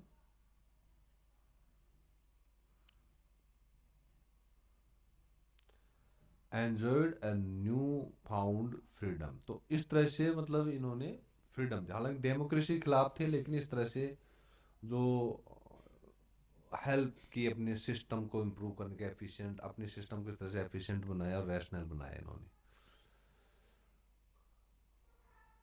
अब ये देखिए ये क्या है, इस फिगर को आप समझिए, ये क्या कोई प्लांट लगा रहा है, ठीक है, बहुत सारे लोग हैं यहाँ, ठीक है, तो इसको हम देखते हैं। देखो figure 4, the planting of the tree of liberty in in Zweibrücken, Germany, Germany में एक ट्री लगा रहे हैं फ्रीडम का, tree of liberty, freedom. The subject of this colour print by the German painter Karl Kasper Fritz, ये painter Germany के, उन्होंने painting बनाई है। तो वो क्या है कि उन्होंने ये बनाई इसको, ठीक है। तो ये क्या कह रहे हैं, is the occupation of the town, जो टाउन है जिब्रुकनवा का, जो टाउन है उसको ऑक्यूपाई कर लिया है, मतलब कब्जा कर लिया, किसने, बाय द फ्रेंच आर्मीज, फ्रेंच आर्मीज ने उस पर कब्जा कर लिया, और प्लांट यहाँ जो ट्री ऑफ लिबर्टी है इसको इन्होंने यहाँ प्लांट किया है। French soldiers recognised, recognisable by their blue, white and red uniforms, जिनके ब्लू रेड जो वाइट यूनिफॉर्म्स है उनसे इनको रिकॉग्नाइज किया जा सकता है। जो ऊपरी पे जो चढ़े हुए हैं, ये हो गए, ये हो गए, ये हो गए, ये हो गया, है ना, तो सारे वही है, फ्रेंच सोल्जर्स हैं, फ्रेंच आर्मीज हैं। हैव बीन पोर्ट्रेड, उनको इस तरह पोर्ट्रे किया गया है, शो किया गया है, दिखाया गया उनको, पोर्ट्रे मानी उनको शो किया गया है, as oppressors as they see the peasants cart left. ये लेफ्ट में देखिए, ये एक किसान है, ये किसान की क्या कार्ट है, गाड़ी है उसकी, उसको सीज किया इन लोगों ने। हरेस सम यंग वुमन, और जो कुछ यंग वुमन है इनको भी हरेस किया है। Centre for ground, centre for ground देखिए आप यहाँ पे ये ह्यूमंस है ना, यहाँ पे सेंटर फॉर ग्राउंड में इनको हरेस कर रहे हैं। And force a peasant down to his knees, और एक किसान को फोर्स कर रहे हैं अपने घुटनों पे झुकने के लिए। ये रहा, आप इसको यहाँ देखिए, इसको यहाँ पे, ठीक है। The flag being affixed to the tree of liberty, ये जो प्लैग जो यहाँ एफिक्स किया गया है यहाँ पे, बोर्ड प्लैग बोलते हैं, PLAQUE, कैरीज जर्मन इंस्क्रिप्शन, इसमें जर्मनी का इंस्क्रिप्शन इसमें लिखा हुआ है।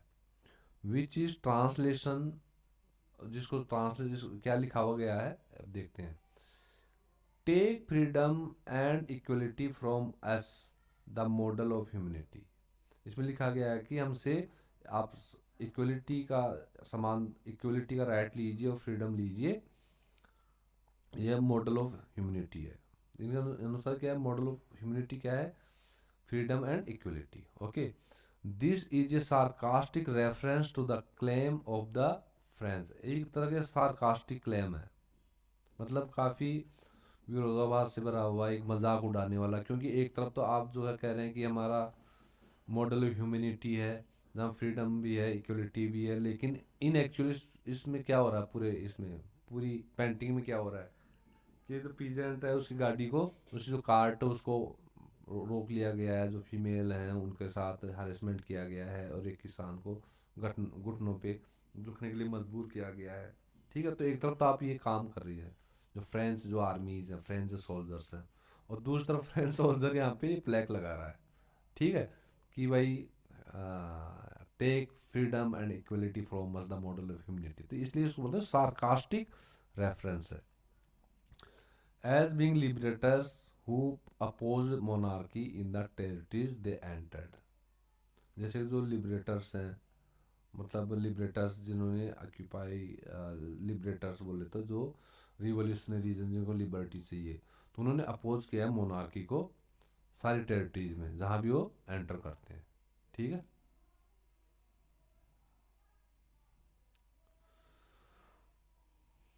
अब आप इस पिक्चर को देखते हैं इधर,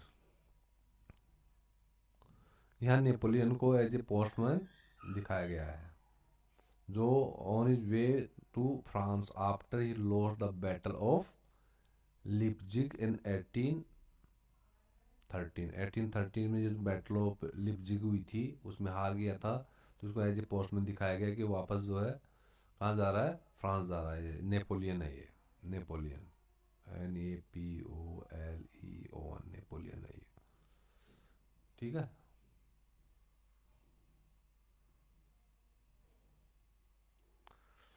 अब हम यहाँ बात करते हैं making of nationalism in Europe, जो चैप्टर है इसमें बात करते हैं, सम इम्पोर्टेंट डेट्स हम देखते हैं। कौन कौन डेट्स हैं। 1897 में नेपोलियन इन्वेड्स इटली, इटली पे अटैक करता है, नेपोलियनिक वार्स बिगिन, और नेपोलियन के वार्स यहाँ से शुरू हो जाते हैं 1797 से। अब फिर देखिए 1814 से 1815 पे इसका पतन होना शुरू हो जाता है, फॉल ऑफ नेपोलियन। और फिर एक वियना पीस सेटलमेंट होता है, हुआ था ना Congress, Congress of Vienna, Congress of Vienna 1815 में देखा था, तो ये पीस सेटलमेंट है वियना में, जो ऑस्ट्रिया की राजधानी है। 1821 में क्या होता है, Greek struggle for independence begins, तो ग्रीक का स्ट्रगल शुरू हुआ इंडिपेंडेंस के लिए 1821 से। 1848 देखिए, जो रिवॉल्यूशंस इन फ्रांस, यूरोप में बहुत सारे रिवॉल्यूशंस हुए।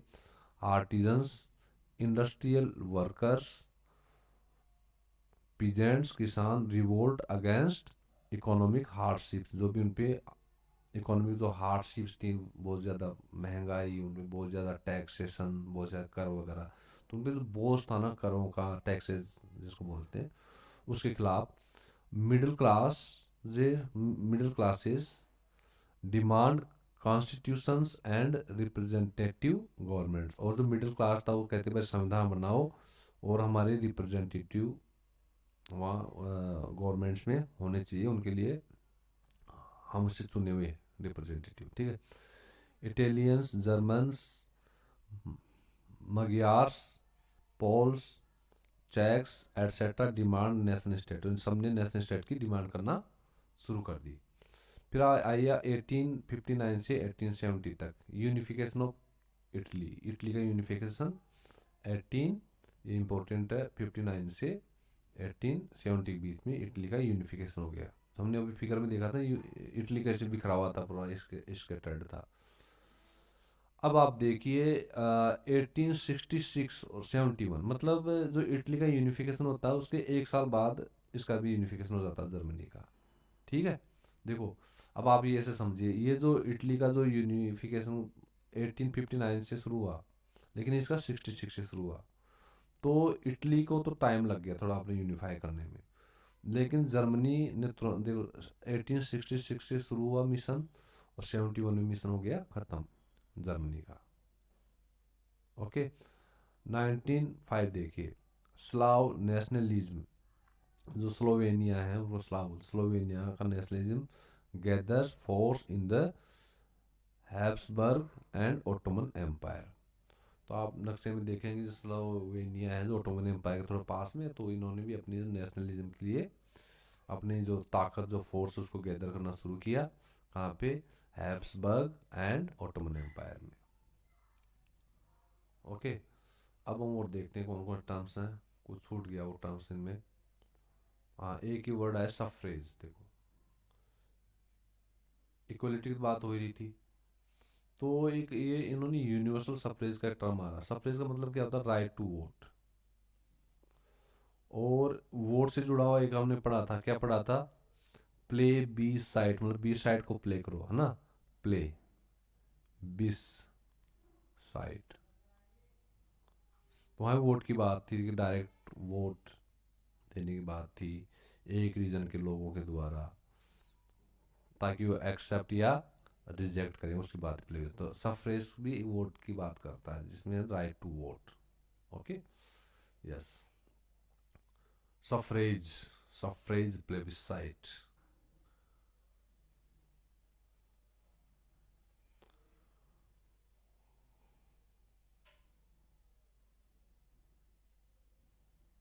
और न्यू वर्ड्स में देखते हैं, देखो अब ये वर्ड आया है, a new conservatism after 1815। 1815 बाद में न्यू कंजर्वेटिज्म। तो न्यू वर्ड कंजर्वेटिज्म क्या होता है, हमने पढ़ा था पहले अपने नोट्सों से। पॉलिटिकल फिलोसफी, कंजर्वेटिज्म क्या? पॉलिटिकल फिलोसफी है दैट स्ट्रेस्ड, जिसने रिप्रेस किया, सप्रेस किया है, स्ट्रेस किया है, दबाया है। किसको? किसको सप्रेस या रिप्रेस किया है? देखो कितना बढ़िया होता है, रिप्रेस, सप्रेस। आप ये वर्ड भी यूज कर सकते हैं यदि आप स्ट्रेस या stress, repress, suppress, stress, three words हैं यहाँ के लिए, आप इनमें से कोई भी वर्ड यहाँ अप्लाई कर सकते हैं। The political philosophy that stressed the importance of tradition, जो ट्रेडिशन की जो इम्पोर्टेंस थी उसको सप्रेस कर दिया। Established institutions and customs and preferred gradual development to quick change, ये किया। तो कंजर्वेटिज्म तीन चीज आ गई इसने, क्या स्ट्रेस किया? पहली चीज देखो, पहला तो आप यहाँ देखिए, स्ट्रेस क्या किया? इसके स्ट्रेस्ड इम्पोर्टेंस, आप इसको ए कर लीजिए, ए और बी। किसको स्ट्रेस किया? Stressed the importance of tradition, B established institutions and customs, stressed and, इसको आप कर लीजिए टू। और क्या प्रीफर किया? स्ट्रेस्ड, तो ए एंड बी को किया, प्रीफर क्या किया? Preferred gradual development to quick change. भाई क्विक चेंज नहीं, क्विक चेंज की जगह उन्होंने किसको प्रीफर किया? ग्रेजुअल डेवलपमेंट, भाई धीरे धीरे डेवलपमेंट होना चाहिए। तो आप इसको कंजर्वेटिज्म को इस तरह से तोड़ के याद कर सकते हैं। ठीक है, यहाँ से stressed and preferred, to preferred, क्या स्ट्रेस किया? Importance of traditions and established institutions and customs, and क्या प्रीफर्ड किया? Gradual development to quick change. Quick change नहीं, मतलब डेवलपमेंट स्लो चाहिए, है ना, ग्रेजुअल स्लो। ये होता है आपका कंजर्वेटिज्म। चलो थोड़ा देख लेते हैं यार इसमें क्या।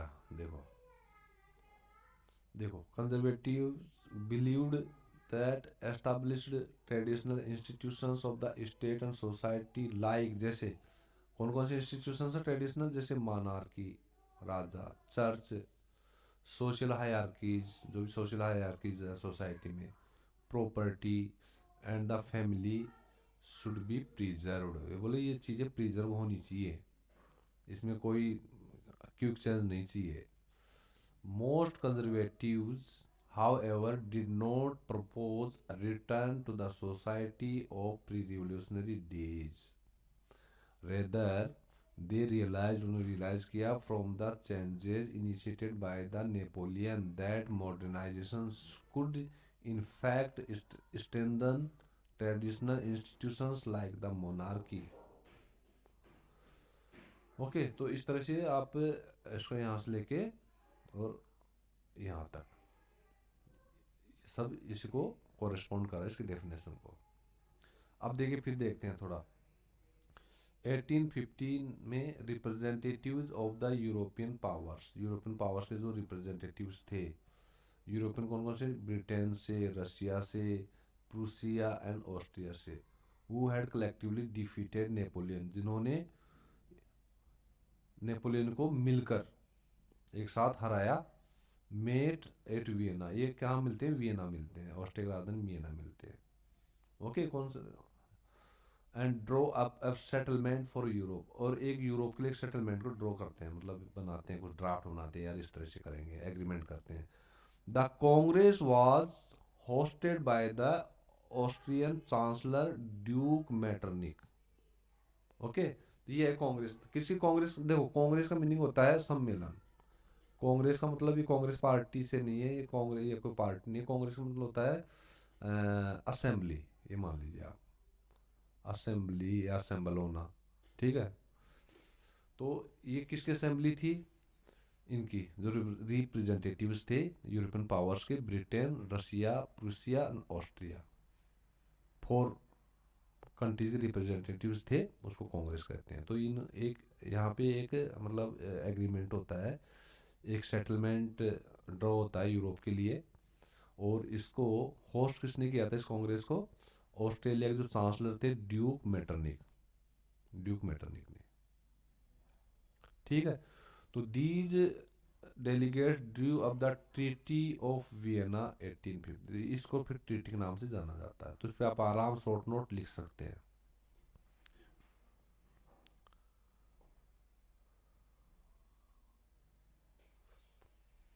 अब यहाँ देखो एक वर्ड आ रहा है कैरिकेचरिस्ट, कैरिकेचर जो बनाते हैं जो, तो ये कह रहा है कि यहाँ पे जो ये जो कैरिकेचर है वो क्या टाइप करने की कोशिश कर रहा है, क्या दिखाना चाह रहा है यहाँ पे, ठीक है। तो आप देखिए कोई सिर के हाथ लगा रखा है, कोई मुंह की पट्टी बंधी हुई, मतलब फ्रीडम नहीं है यहाँ, फ्रीडम या मुंह की पट्टी बंधी हुई है, या मुंह की पट्टी, मतलब कोई किसी को बोलने का अधिकार नहीं है, अपनी राय रखने का अधिकार नहीं है, सब बैठे हुए हैं, देखो अरे ये अपर क्लास के लग रहे हैं कुछ, है ना।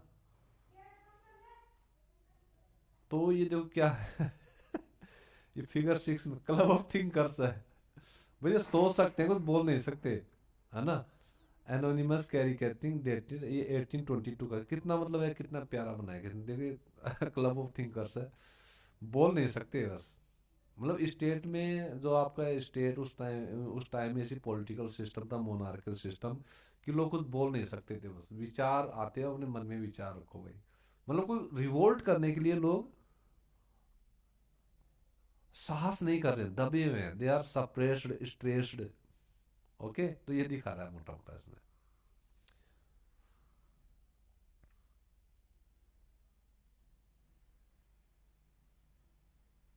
बीच बीच में ये देखते हैं, देखो ये देखो मेजनी की बात करते हैं,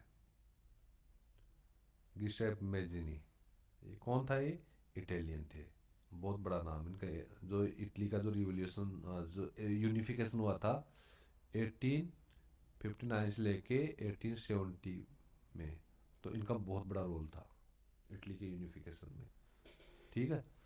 ओके तो कुछ देखते हैं, as a young man of 24, जब 24 साल के थे मजनी साहब, he was sent into exile, उनको मतलब निकाला दे दिया गया था एग्जाइल में, जा भाई तड़ी पार हो जाए इस टेरिटरी से।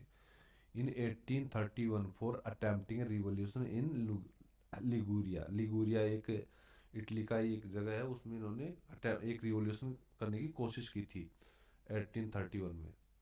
24 साल की उम्र, मात्र 24 साल की उम्र थी इनकी, उनको देश निकाला दे दिया था। तो आप मेजनी से की लाइफ शॉर्ट स्टोरी हमने देखी है, आपको याद रहेगा मेजनी, ठीक है। बाकी अपना मकसद वही है, देखो ये जो पिक्चर है ना, इससे पे मेजनी साहब, ये मेजनी है, ठीक है। तो ये मेजनी फिगर 7 में क्या कर रहे हैं कि Mazzini and the founding of Young Europe in Berne in 1823। ओहो, यंग यूरोप।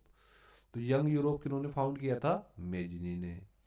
कहाँ किया था? बर्न में। बर्न कहाँ कहाँ है? बर्न पड़ता है स्विट्जरलैंड में, है ना, स्विट्जरलैंड में पड़ता है। तो भाई साहब मेजनी साहब स्विट्जरलैंड पहुंच गए हैं 1833 में, और ये यंग यूरोप बना रहे हैं।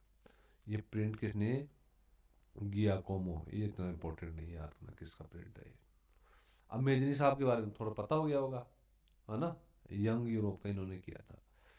अब फिर देखो यहाँ आता है एज ऑफ रिवॉल्यूशंस 1830 से लेके 1848 तक। तो इम्पोर्टेंट क्रोनोलॉजी में हमने देख लिया इसको, है ना। बाकी हम पढ़ेंगे उसमें, अपने नोट्स पढ़ेंगे। अब देखते हैं कोई टर्म देख रहे हैं, कोई टर्म जैसा हो जो डिफाइन करने के लिए स्पेशलाइज्ड बॉक्स में डाला गया हो, ठीक है। ये देखिए क्या इंटरेस्टिंग है, ये कि घोड़े पे बैठा है, ये नंगा पंगा बैठा है, ये बेचारी हताश से कुछ देख रही है, सोच रही है, ये लेटी हुई है, ये बैठे हुए हैं, ये कहीं दूर हैं, कहीं जंगल में, क्या है ये देख रहे मैसेक्री ओ तेरी, मैसेक्री मतलब मार काट। मैसेक्री मानी रक्त, जहाँ को रक्त मतलब मार काट। कीओस में यूगिन्स डालाक्रोइक्स 1840 24 का ही कोई। तो फ्रेंच पेंटर हैं डालाक्रोइक्स, was one of the most important French romantic painters. देखो रोमांटिक का मैंने बताया, रोमांटिक एक कल्चरल वे में, जैसे पोइम्स के थ्रू या पेंटिंग के थ्रू जो अपने विचार रखते थे कि भाई डेमोक्रेसी होनी चाहिए, लिबर्टी होनी चाहिए, इक्वलिटी होनी चाहिए, उनको बोलते हैं रोमांटिक, ठीक है। मूवीज वाला रोमांस नहीं है यहाँ पर। तो इन्होंने पेंटिंग किया, तो पेंटिंग मैसेक्री को दिखा रहे हैं, है ना। आगे देखते हैं, देखो इसमें द ह्यूज पेंटिंग जिसकी साइज ये है डेपिक्स एन इंसिडेंट, एक इंसिडेंट को डेपिक्ट कर रहा है। ये जो एक स्टोरी एक इंसिडेंट की है, इन विच जिसमें क्या होता है 20,000 Greeks were said to have been killed by Turks उत्तरी। जिनमें 20,000 जो ग्रीक थे उनको किसके द्वारा मारा जाना दिखाया गया है? तुर्क द्वारा, जो टर्की या ओटोमन एम्पायर के रहने वाले तुर्क से। भाई इन तुर्क्स ने इतने ग्रीक्स को मारा on the island of Chios. कौन से आइलैंड पे? कियोस के आइलैंड पे। बाय ड्रामेटाइजिंग द इंसिडेंट, इस इंसिडेंट को ड्रामेटाइज करते हुए and focusing on the suffering of the women and children. तो इसमें क्या हो रहा है, जो इंसिडेंट हुई थी, इसे जो वुमन है ना, और बच्चों ने काफ़ी सफ़र किया, जो छोटे बच्चों ने काफ़ी सफ़र किया, मार डाला गया उनको, उसको दिखाया गया है। एंड यूजिंग विविड कलर्स, मतलब जो डिस्टिंक्ट कलर यूज करके इन्होंने जो डेला क्रोक्स ने क्या किया, so to appeal to the emotions of the spectators, जो भी देखने वाले जो हम देख रहे हैं। अब देख के आप इमेजिन कर सकते हैं उस टाइम के वो पेंटर थे, उन्होंने उस टाइम की चीज को तो, आज तो कोई भी वीडियो फोटो सब वायरल हो जाती है ना, कैमरे से आप कर लेते थे, ठीक है। उस टाइम में यदि सपोज कीजिए 20 के ग्रीक्स को तुर्क से मारा जाना, यदि वीडियो आ जाए, कितना मतलब पता हो जाए, तो इन्होंने उस टाइम में क्या था, आप तो उसमें कई सारे फिल्टर्स लगा देंगे, कुछ और लगा देंगे उसको करवाने के लिए। तो इन्होंने क्या यूज किया है, इन्होंने क्या कौन सा फिल्टर यूज किया है, इन्होंने विविड कलर्स यूज किए हैं स्पेक्टर्स को, जो हम देख रहे हैं ना, देखने वालों को इमोशंस से अपील करने के लिए। And create sympathy for the Greeks, और ग्रीक्स के लिए सिंपथी क्रिएट करने के लिए, सहानुभूति हो बहुत बुरा हुआ इनके साथ, इस चीज को दिखाने के लिए। तो उस टाइम में पेंटिंग थी, पेंटिंग से या लिटरेचर से लोग अपनी बात रखते थे।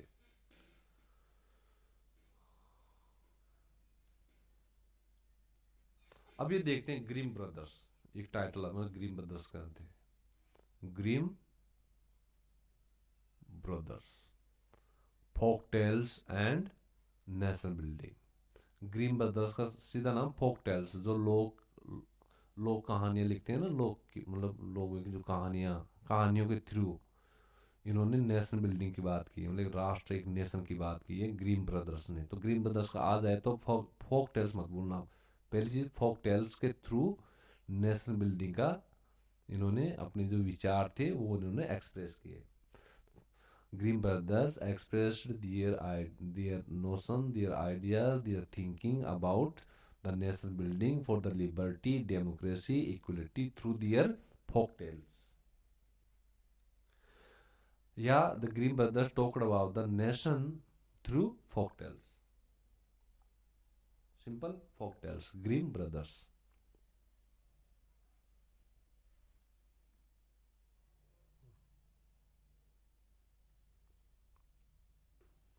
Yes.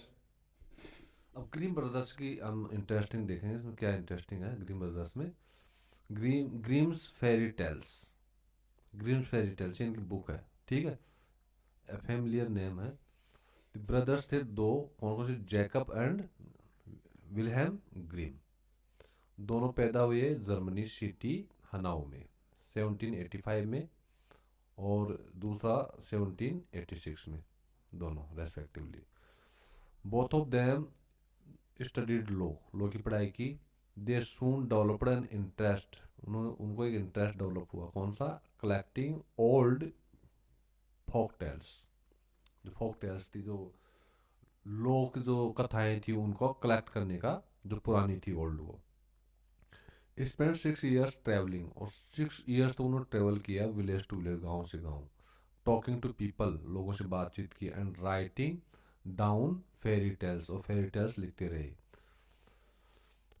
Which were handed down through the generations. मतलब ऐसी टेल्स तो लिखते रहे, फेरी टेल्स भी, जो जनरेशन टू जनरेशन जो हैंड ओवर होती है। जैसे मान लीजिए मेरी दादी जी मुझे कहानी सुनाती थी, या मम्मी जो कहानी सुनाती थी बचपन में छोटा, तो मैं बच्चों को सुनाता हूँ, तो बच्चों को कहानी याद हुई, अपने बच्चों को सुनाएंगे। तो इस तरह से जनरेशन टू जनरेशन वो हैंड ट्रांसफर होती रहती है।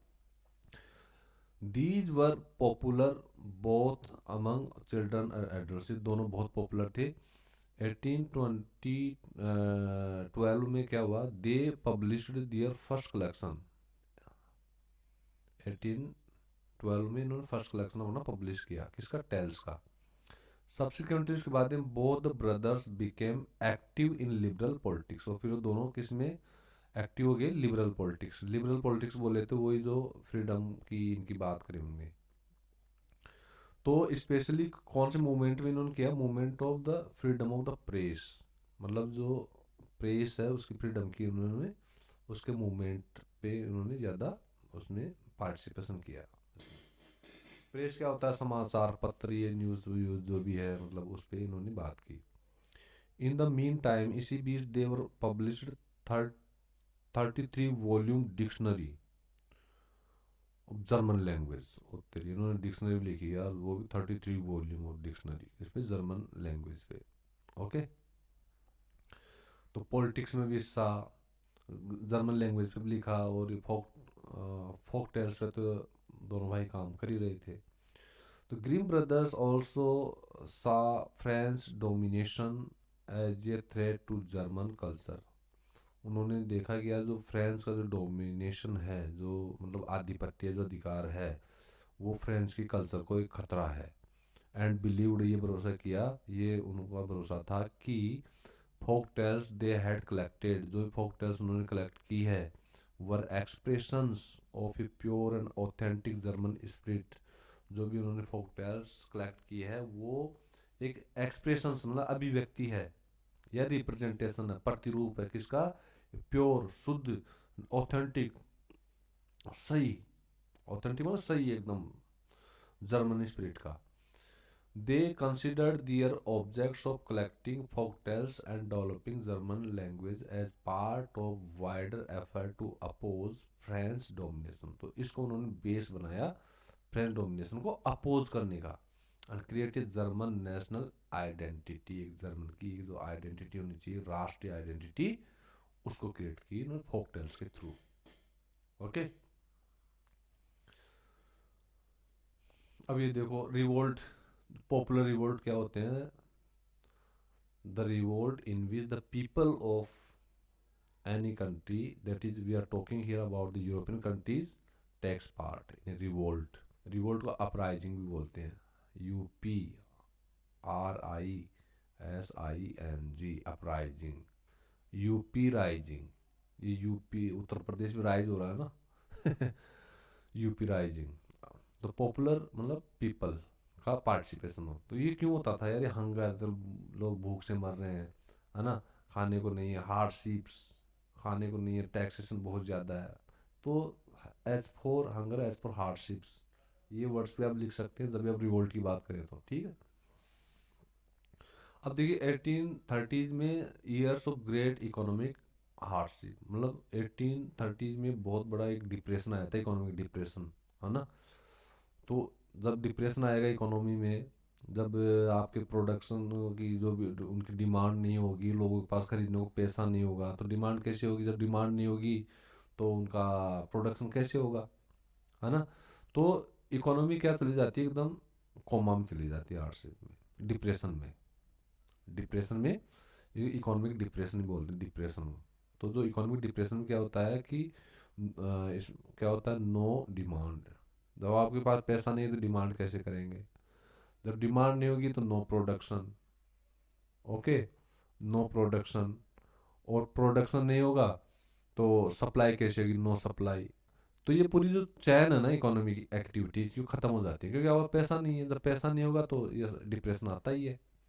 तो इकोनॉमिक हार्डशिप काफी आई यूरोप में, यूरोप में नहीं, पूरे वर्ल्ड में जो इसका फर्क पड़ा था। ओके, तो ये इकोनॉमिक डिप्रेशन की बात होगी 1830 में, ठीक है। तो अब इस पे आप आराम से 2 लाइन आराम से लिख सकते हैं। अब ये पिक्चर देखिए, इसमें क्या है कि फिगर 9, पीजेंट्स अपराइजिंग। पीजेंट्स मानी फार्मर्स का, अपराइजिंग में रिवोल्ट 1848 में होता है, ओके।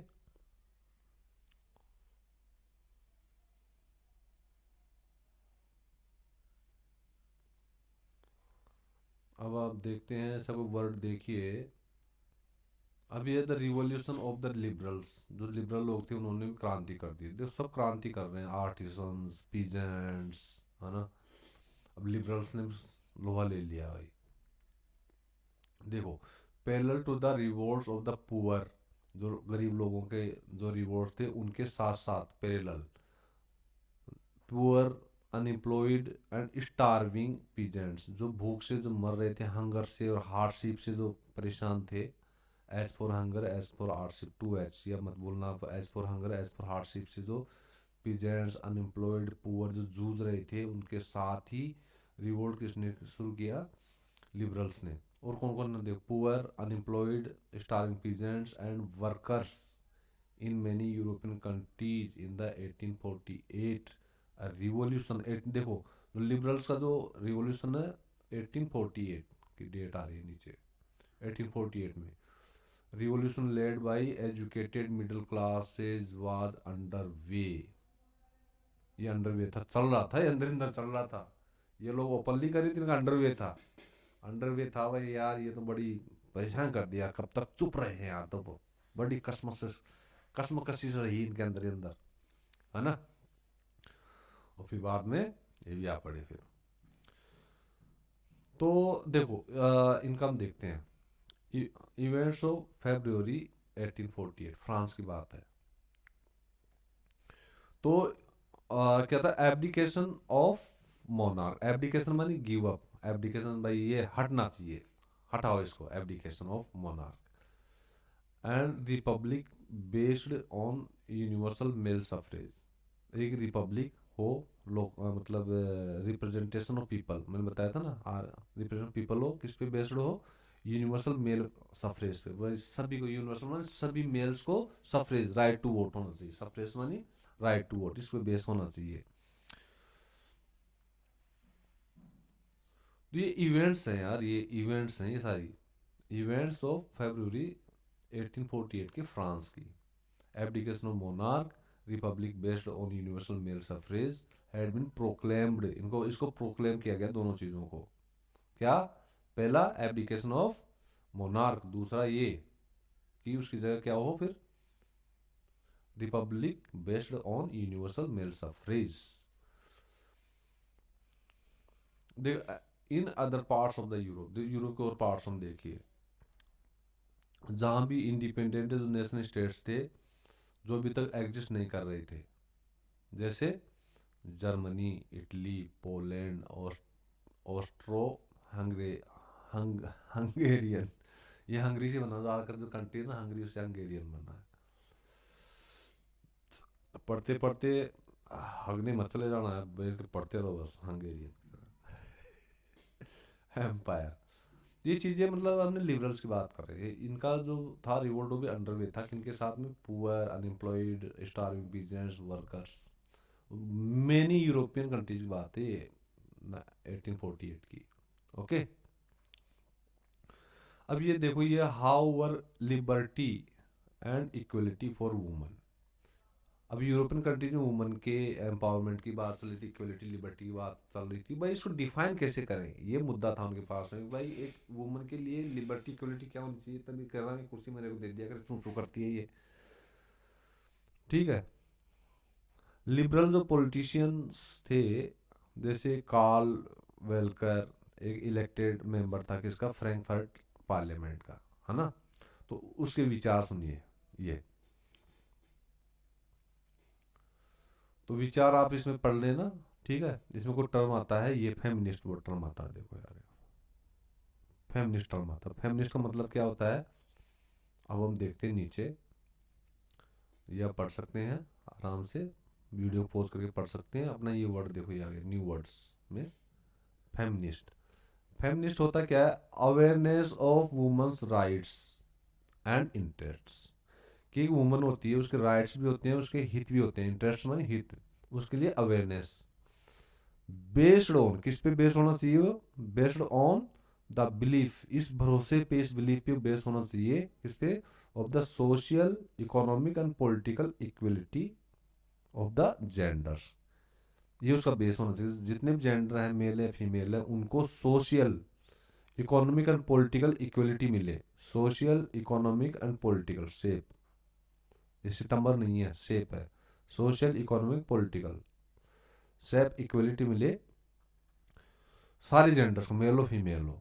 तो इस आइडिया, इस ये जो बिलीफ था, इस बिलीफ पे आधारित एक अवेयरनेस, किसके लिए, for women's rights and interests.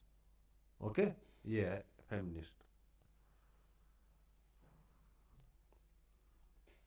अब ये पार्लियामेंट टाइप है, ये राजा होगा, ठीक है, ये नीचे इसके नोबल्स बैठे हैं, यहाँ पे एक असेंबली टाइप है क्या चीज, ये दो लोग बैठे हैं, अभी देखते हैं क्या है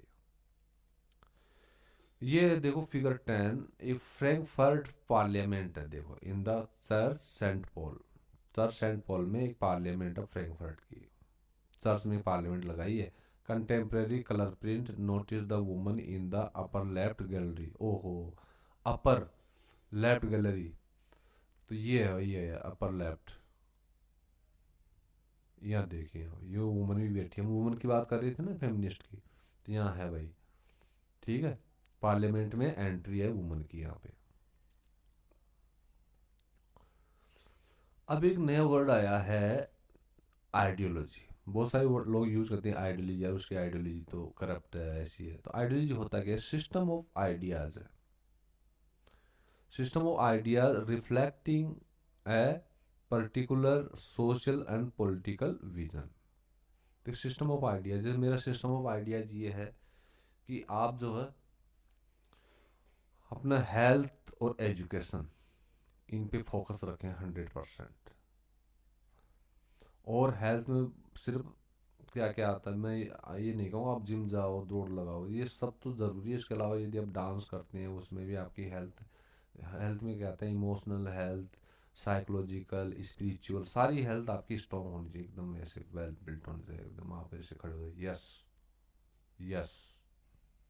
ओके, और एजुकेशन, एजुकेशन कौन सी किताबों की, किताबी ज्ञान के अलावा जो सबसे ज़्यादा एजुकेशन इंपॉर्टेंट है लाइफ के लिए, वो है कि आप यू लर्न टॉलरेंस, टॉलरेट करना सीखिए, टॉलरेंस, टॉलरेंस करना सीखिए, पैसेंस रखना सीखिए, कंट्रोल, अपनी जीभ पे कंट्रोल, खाने में, बोलने में, है ना। तो ये मेरी आइडियोलॉजी है। तो ये आइडियोलॉजी कौन सी है? ये system of ideas reflecting a particular social and political vision. इसमें इस आइडियोलॉजी में सोशल और पॉलिटिकल विजन की बात हो रही है। ये तो मेरी एक इंडिविजुअल आइडियोलॉजी है, ठीक है, स्टूडेंट्स के लिए, कि आप इस तरह से आगे बढ़िए लाइफ में। और फिर आप जो है एक पर्टिकुलर सोशल और पॉलिटिकल विजन रखिए आगे।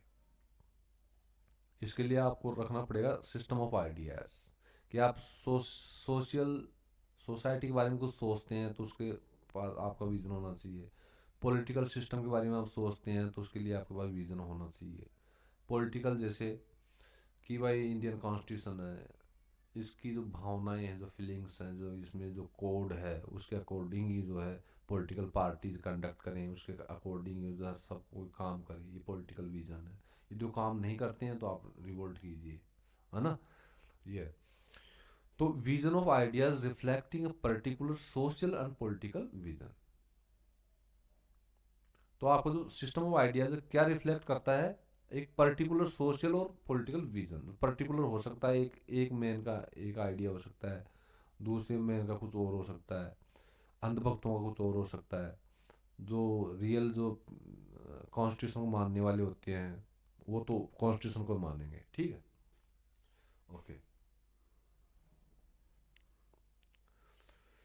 फिर आता है जर्मनी की बात आती है। Can the army be architect of a nation? देखो ये भी है भाई, आर्मी और नेशन का कनेक्शन बिठा रखे हैं। क्या है, एक आर्मी एक राष्ट्र का निर्माण कर सकती है, आर्किटेक्चर हो सकती है, बना सकती है।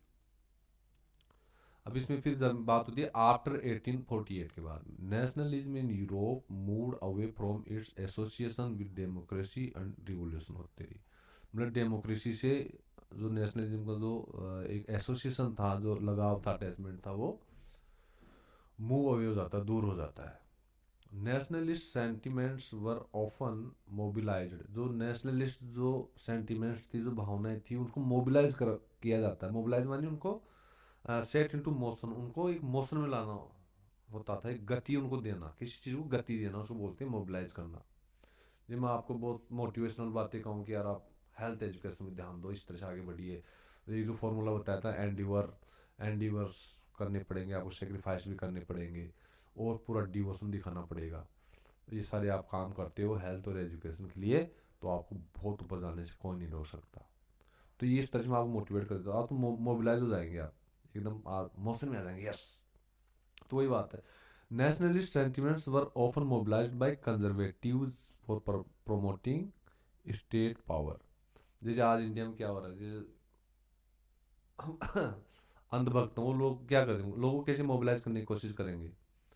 संविधान के खिलाफ, धर्म की बात करेंगे, जाति की बात करेंगे, क्षेत्र की बात करेंगे, है ना, तोड़ने वाली बात करेंगे सारी। तो मोबिलाइजेशन ये होता है। तो ये यहाँ भी ऐसे लोगों की, कंजर्वेटिव लोगों की बात है, अंधभक्त टाइप लोग कंजर्वेटिव होते हैं बहुत ज्यादा, इनको कोई मतलब नहीं होता संविधान क्या कह रहा है ना। ये इस तरह के लोग होते हैं, ये conservative. And achieving political dominion over Europe. Europe पर पॉलिटिकल डोमिनियन मतलब आधिपत्य। डोमिनेशन माने होता है आधिपत्य, डोमिनेशन, पॉलिटिकल डोमिनेशन, आधिपत्य, भाई अधिकार करने के लिए कैसे आइडियाज प्रमोट करते हैं, इस तरह के कंजर्वेटिव आइडियाज,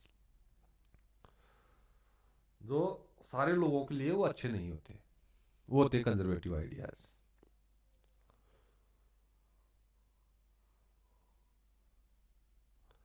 अब ये देखिए, ये पिक्चर है, ये लोग खड़े हैं, कर क्या रहे हैं, देखो पढ़ के देखते हैं इसको क्या है ये। फिगर 11, प्रोक्लेमेशन मतलब किसी चीज की घोषणा करना, यस ये of the German Empire in the Hall of Mirrors at Versailles Anton von Werner. At the centre stands the Kaiser. Kaiser कोई है, सेंटर पे खड़ा है, ये होगा centre, Kaiser. The chief commander of the Prussian army General von Roon. अच्छा ये हुआ है फिर, चीफ कमांडर है। Near them is Bismarck, yes Bismarck बहुत बड़ा नाम है यार, बिस्मार्क बात कर, नियर देम इनके पास में बिस्मार्क खड़े हैं ये, थर्ड नंबर की, ठीक है। थर्ड नंबर पे ये बिस्मार्क है, सेकंड पे ये कमांडर आर्मी का, और फर्स्ट नंबर पे कौन है, कैसर है। This monumental work was completed and represented by artists to Bismarck, एक आर्टिस्ट ने जो ये बनाया है ना, पूरा ये जो फिगर बनाया है, ये प्रेजेंट किया था बिस्मार्क को जब उनका 70th बर्थडे था 1885 में बिस्मार्क का, ठीक है। तो आप बिस्मार्क को लेकर रिकॉल कर सकते हैं कि जैसे 1885 आ गया, ठीक है, 70th बर्थडे था, इसमें तो आप 70 माइनस कर दीजिए, कितना बचा, 1815 में इनका बर्थ होता है बिस्मार्क। इस तरह से मतलब रिकॉल, ये चीज़ें अपनी लर्निंग को इफेक्टिव बनाने के लिए मैं ये कर रहा हूँ। अब ये क्या है देखो नीचे फिगर 12 क्या है, यूनिफिकेशन ऑफ जर्मनी। जर्मनी का कब हुआ, 1866 से लेकर 71 तक, ओके। अब देखिए जर्मनी कहाँ गई अपनी, ये पूरी जर्मनी भैया, ये जो है ना, ये पूरी जर्मनी है। इधर ये ऑस्ट्रियन एम्पायर है, पास में से लगा हुआ है, इधर रशियन एम्पायर है, इधर बाल्टिक सी है, ओके, बाल्टी के अंदर सी है यहाँ, आप बाल्टी बना देना ऐसे, बाल्टी के अंदर बाल्टिक सी, नॉर्थ सी है ना, इस साइड। तो ये इसके बीच में आ रहा है रशियन एम्पायर, बाल्टिक सी, नदर्न सी, और इसके ऑस्ट्रियन एम्पायर के बीच में आ रहा है ये। अब आप यहाँ देखिए, ये जो कलर है ना, ये वाला, ये देखो ये वाला, प्रूसिया बिफोर 1866। फिर ये वाला जो कलर है, ये कलर कौन सा, ये वाला जो कलर है, ये हैनोवर जहाँ लिखा हुआ है, conquered by the Prussia in Austro Prussia war, 1866 में जो वार हुआ था उसमें ये किसने जीता है, प्रूसिया ने जीता है, ऑस्ट्रो प्रूसिया वार में। ऑस्ट्रो ने बोले तो ऑस्ट्रिया के साथ, इसे प्रूसिया का वार हुआ था इस ऑस्ट्रेलिया के साथ, ऑस्ट्रिया के साथ, सॉरी ऑस्ट्रेलिया दूर है, तो इसमें इसने जीता था। अब ये जो ग्रीन सा दिख रहा है ना, ये ये ये ऑस्ट्रियन टेरिटरीज हैं एक्सक्लूडेड फ्रॉम जर्मन कॉन्फेडरेशन 1866 में, जो जर्मनी का जो कॉन्फेडरेशन था, जो संगठन था, उसमें से इसको बाहर निकाला गया है। अब ये देखिए जो लाइट में जो ग्रीन है ये वाला, ठीक है, ये वाला ऐसा देखिए, ये क्या है, joined with Prussia to form German confederation, joined with Prussia, Prussia के साथ इन्होंने ज्वाइन किया, क्या बनाने के लिए, जर्मन कॉन्फेडरेशन 1866 में। तो यह होता क्या है, ऑस्ट्रियन इसको तो बाहर किया, और अपने जर्मन कॉन्फेडरेशन में इसको प्रूसिया को अंदर लेते हैं, ओके। ये होता है प्रूसिया को अंदर और ऑस्ट्रियन को बाहर जा। अब ये देख रहे हो आप, ये वाला कलर, ये क्या है, साउथ जर्मन स्टेट्स हैं ये, joining with Prussia to form German empire 1871 में, तो प्रूसिया के साथ मिलके जर्मन एम्पायर बनाने के लिए ये साउथ जर्मन स्टेट्स हैं। तो ये कलर देखिए आप, ये वाला, प्रूसिया, ये प्रूसिया देख रहे हो, ये प्रूसिया, ये Prussia won by Prussia in Franco Prussian war, Franco माने तो फ्रांस के साथ जो प्रूसिया का जो वार हुआ था, उसमें ये वाला एरिया प्रूसिया ने जीता है।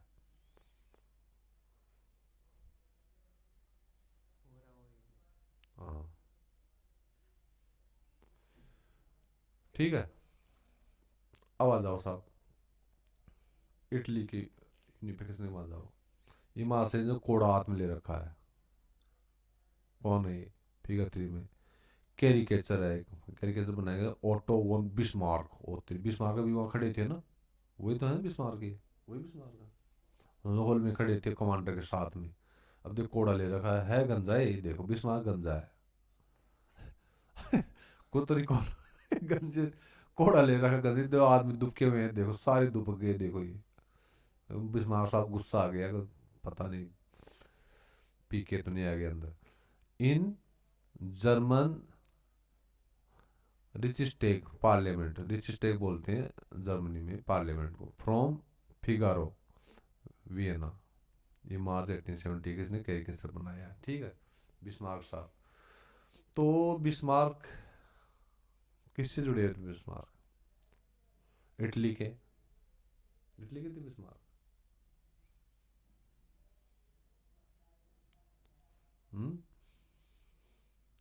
कमेंट बॉक्स में डालना, मैं बता चुका हूँ। ठीक है, साथ में मेहनत करो यार। मैं खाना तैयार कर दिया, अब स्पून फीडिंग नहीं करवा सकता। अब यहाँ देखिए आप,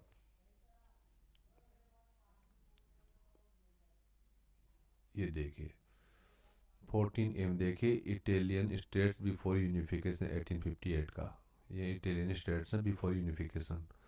ये देखिए 14 इटली आफ्टर यूनिफिकेशन। देखिए यूनिफिकेशन के बाद में पूरा देखो एक कलर का हो गया पूरा, है ना, ये पूरे एक कलर का हो गया इटली। ये सा, ये भी इटली का हिस्सा है। और यहाँ देखिए बिफोर यूनिफिकेशन सिर्फ इतना ही है बस, ये यूनिफाइड। बाकी सारे जो एरियाज है ना, ये बाद में यूनिफिकेशन बाद में सारे इसके हिस्से बने पूरा ये एरिया।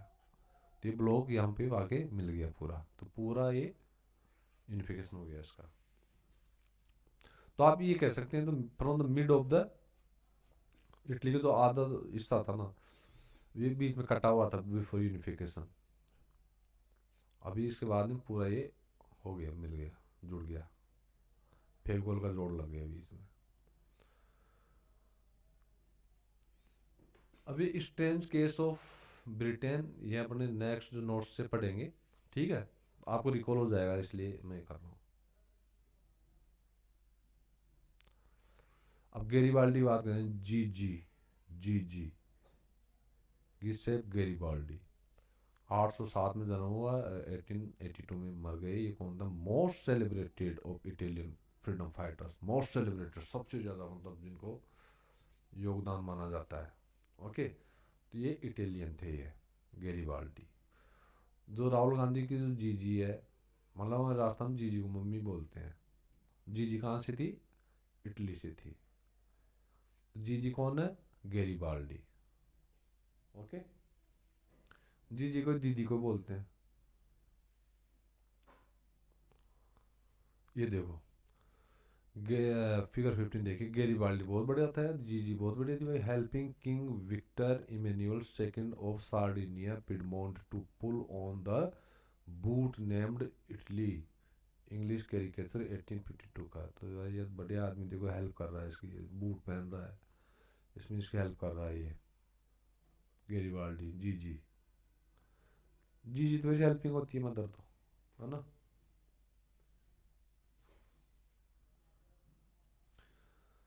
अब आता है न्यू वर्ड्स में एथनिक। एथनिक मतलब क्या होता है? What do you mean by ethnic? Ethnic relates to a common racial, tribal और कल्चरल ओरिजिन और बैकग्राउंड। देख कितना बड़ा बैकग्राउंड हो गया यार इसका। तो बैकग्राउंड देखो, इसको आप ओरिजिन बोल सकते हैं, बैकग्राउंड बोल सकते हैं। ओके, कौन सा? रिलेटेड टू, जो किसी से जुड़ा हुआ है, कॉमन, सब में कॉमन है, जिनका भी कॉमन है। क्या? रेस कॉमन है, उनकी जो ट्राइब जनजाति है वो कॉमन है, या उनका जो कल्चर कॉमन है। ठीक है, किसका? एक कम्युनिटी का। That a community identifies with और क्लेम्स। एक कम्युनिटी है जो आइडेंटिफाई होती है या क्लेम करती है एक कॉमन रेशियल, ट्राइबल और कल्चरल बैकग्राउंड या ओरिजिन, तो वो कम्युनिटी होगी एथनिक, उसको बोलते हैं एथनिक। एथनिक वर्ड आया a community which identifies with और claims their identity through a common racial, tribal and cultural origin. आप इसको ऐसे लिख सकते हैं। ठीक है, तो कॉमन होना चाहिए, सी फॉर कॉमन, सी फॉर एक कम्युनिटी का। सी जी गया, सी आ गया।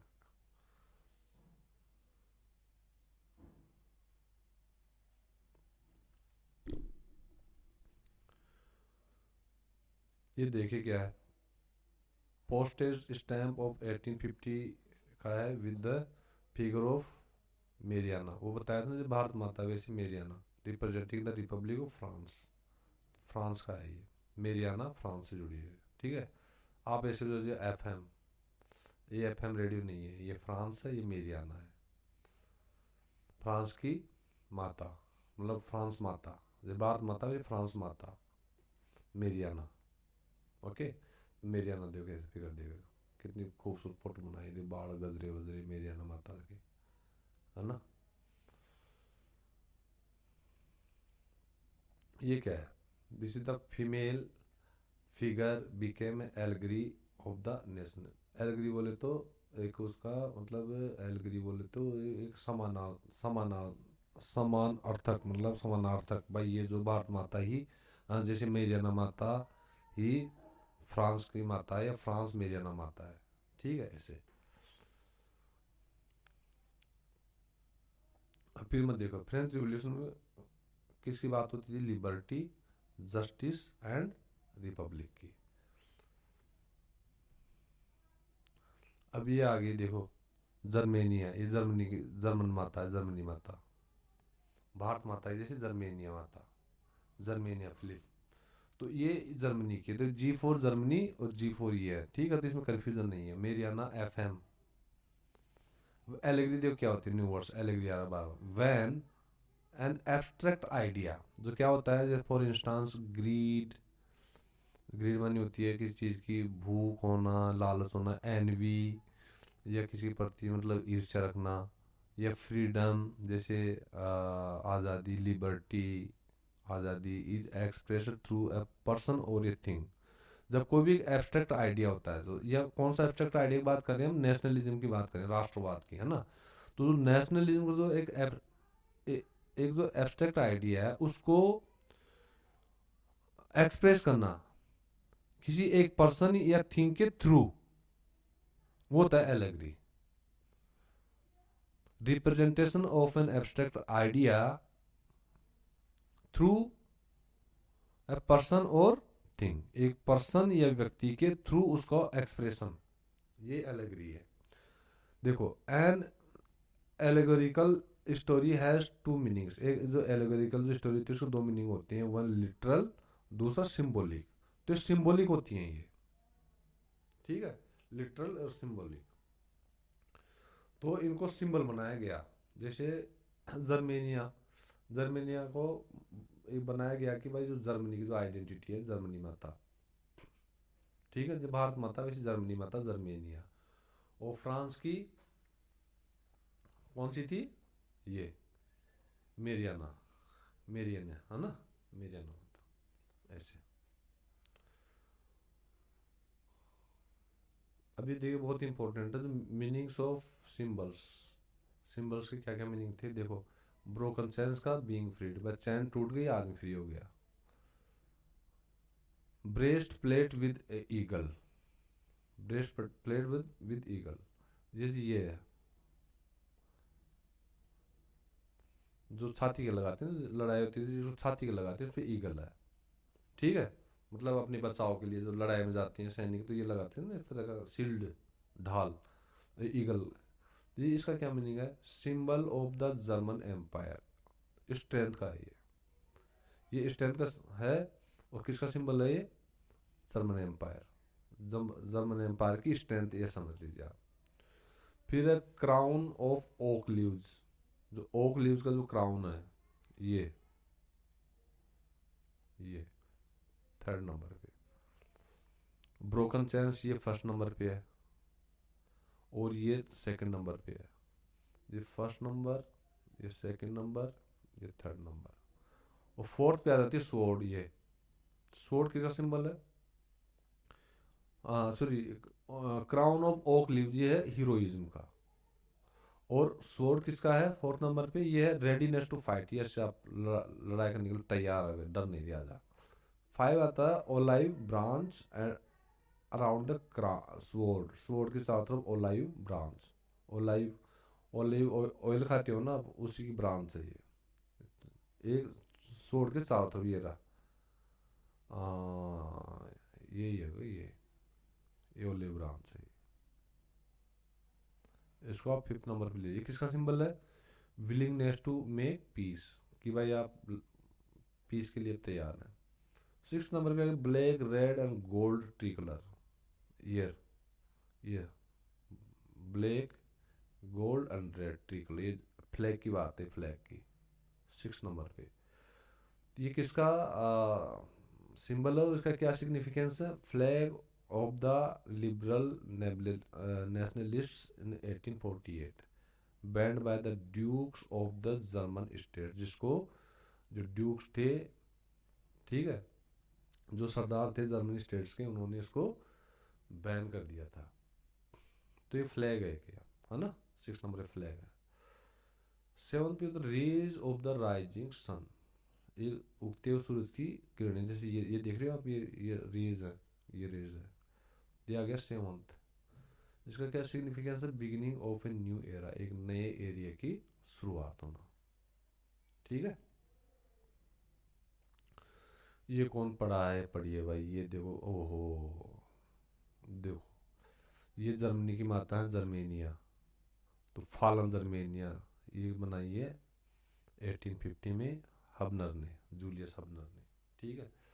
तो देखो ये संकेतिक सिंबल काफी कि जो जर्मनी की माता देखो पड़ी हुई है, मतलब लोगों में एक उनकी जो नेशनलिस्ट जो सेंटिमेंट्स हैं, उनके राष्ट्रवाद की जो सेंटिमेंट्स हैं, जो भावनाएं हैं, सेंटिमेंट्स, नेशनलिस्ट सेंटिमेंट्स, उनको मोबिलाइज करने के लिए या अराइज करने के लिए, जगाने के लिए, यदि आप इस तरह से कर देते हैं, देखो भारत माता के बारे ऐसे हालात हो गए कि भारत माता जो है बेचारी हताश होकर डिप्रेशन में लेटी हुई, इस तरह से, तो लोगों में भावना जगी राष्ट्रवाद की।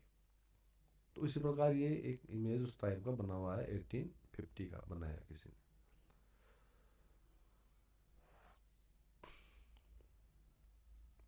अब ये देखिए जर्मनी की माता तो लेटी हुई थी, ये देखिए फ्रांस की माता एकदम तलवार ले रखी है हाथ में एकदम पूरी, और पूरे जोश के साथ, मतलब देखो पूरा, ये देखो आइस देख रहे हो आप, पूरे गुस्से से एकदम ऐसे, यस, जैसे मरने कटने को तैयार हो, है ना। तो ये चीज़ें ना, ये चीज़ बहुत ज़्यादा मतलब मोबिलाइज करती है नेशनलिस्ट फीलिंग्स को, सेंटिमेंट्स को, ये देखो। तो ये क्या दिखा रहा है? जर्मेनिया, अच्छा ये जर्मेनिया का, ये जर्मनी माता का, ये देखो वहाँ तो लेटी हुई थी, यहाँ देखो एकदम, देखो आप इस चीज़ को समझो आप, यहाँ जर्मनी माता डिप्रेशन में है, लेटी हुई हैं, कि बस एकदम डिप्रेशन में लेटी हुई है, सोच रही हैं यार, कुछ सोच रही हैं यार, कैसे मैं, मतलब कैसे मैं खड़ी हूँ वापस, कैसे जो है वापस अपना जो है, अपने जो सर्वाइवल अपना वापस कैसे मैं बुलंदी पे पहुंचूं, अब इनका वो चल रहा है यहाँ पे, सोच मनन चल रहा है। और इसके बाद फिर ये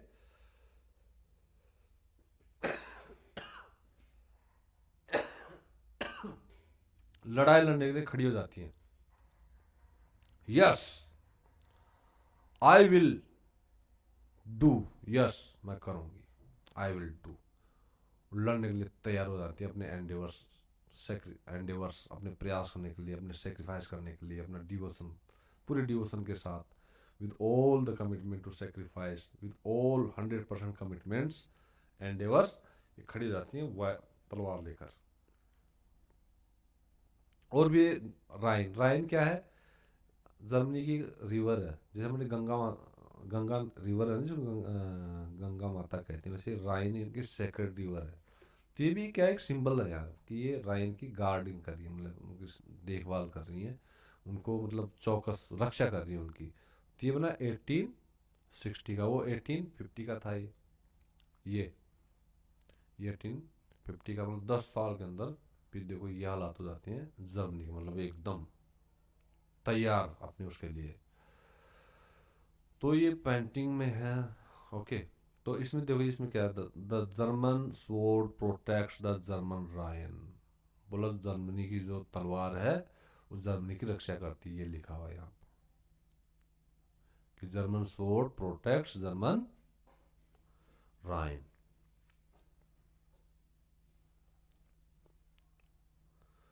फिर नेशनलिज्म एंड इंपेरियलिज्म, देखिए हम बात कर चुके हैं, फिर हम बात करेंगे नोट्सों के थ्रू, है ना। बाकी आप आराम से पढ़ सकते हैं इसमें।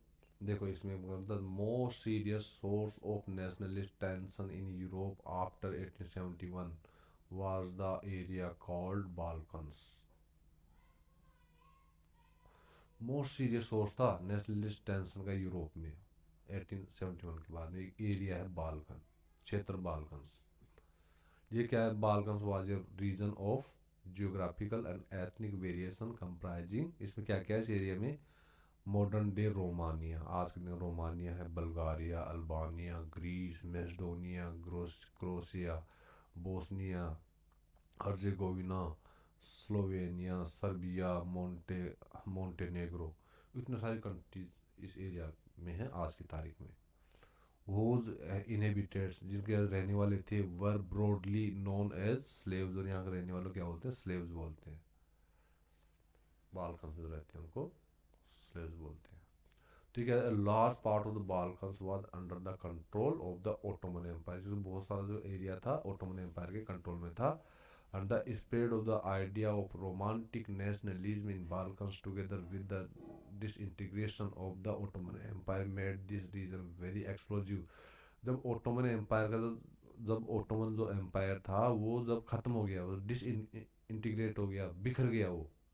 डिसइंटीग्रेट मन बिखरना, ये इंटीग्रेट का अपोजिट वर्ड। इंटीग्रेट मन एक होना होता है, इंटीग्रेट। जब वो डिसइंटीग्रेट हो गया तो उसके बाद में ये एरिया फ्री हो गया, तब जाके बहुत ज़्यादा टेंशन हुई, नेशनल टेंशन इस एरिया को लेकर किया, कब्जे को लेकर।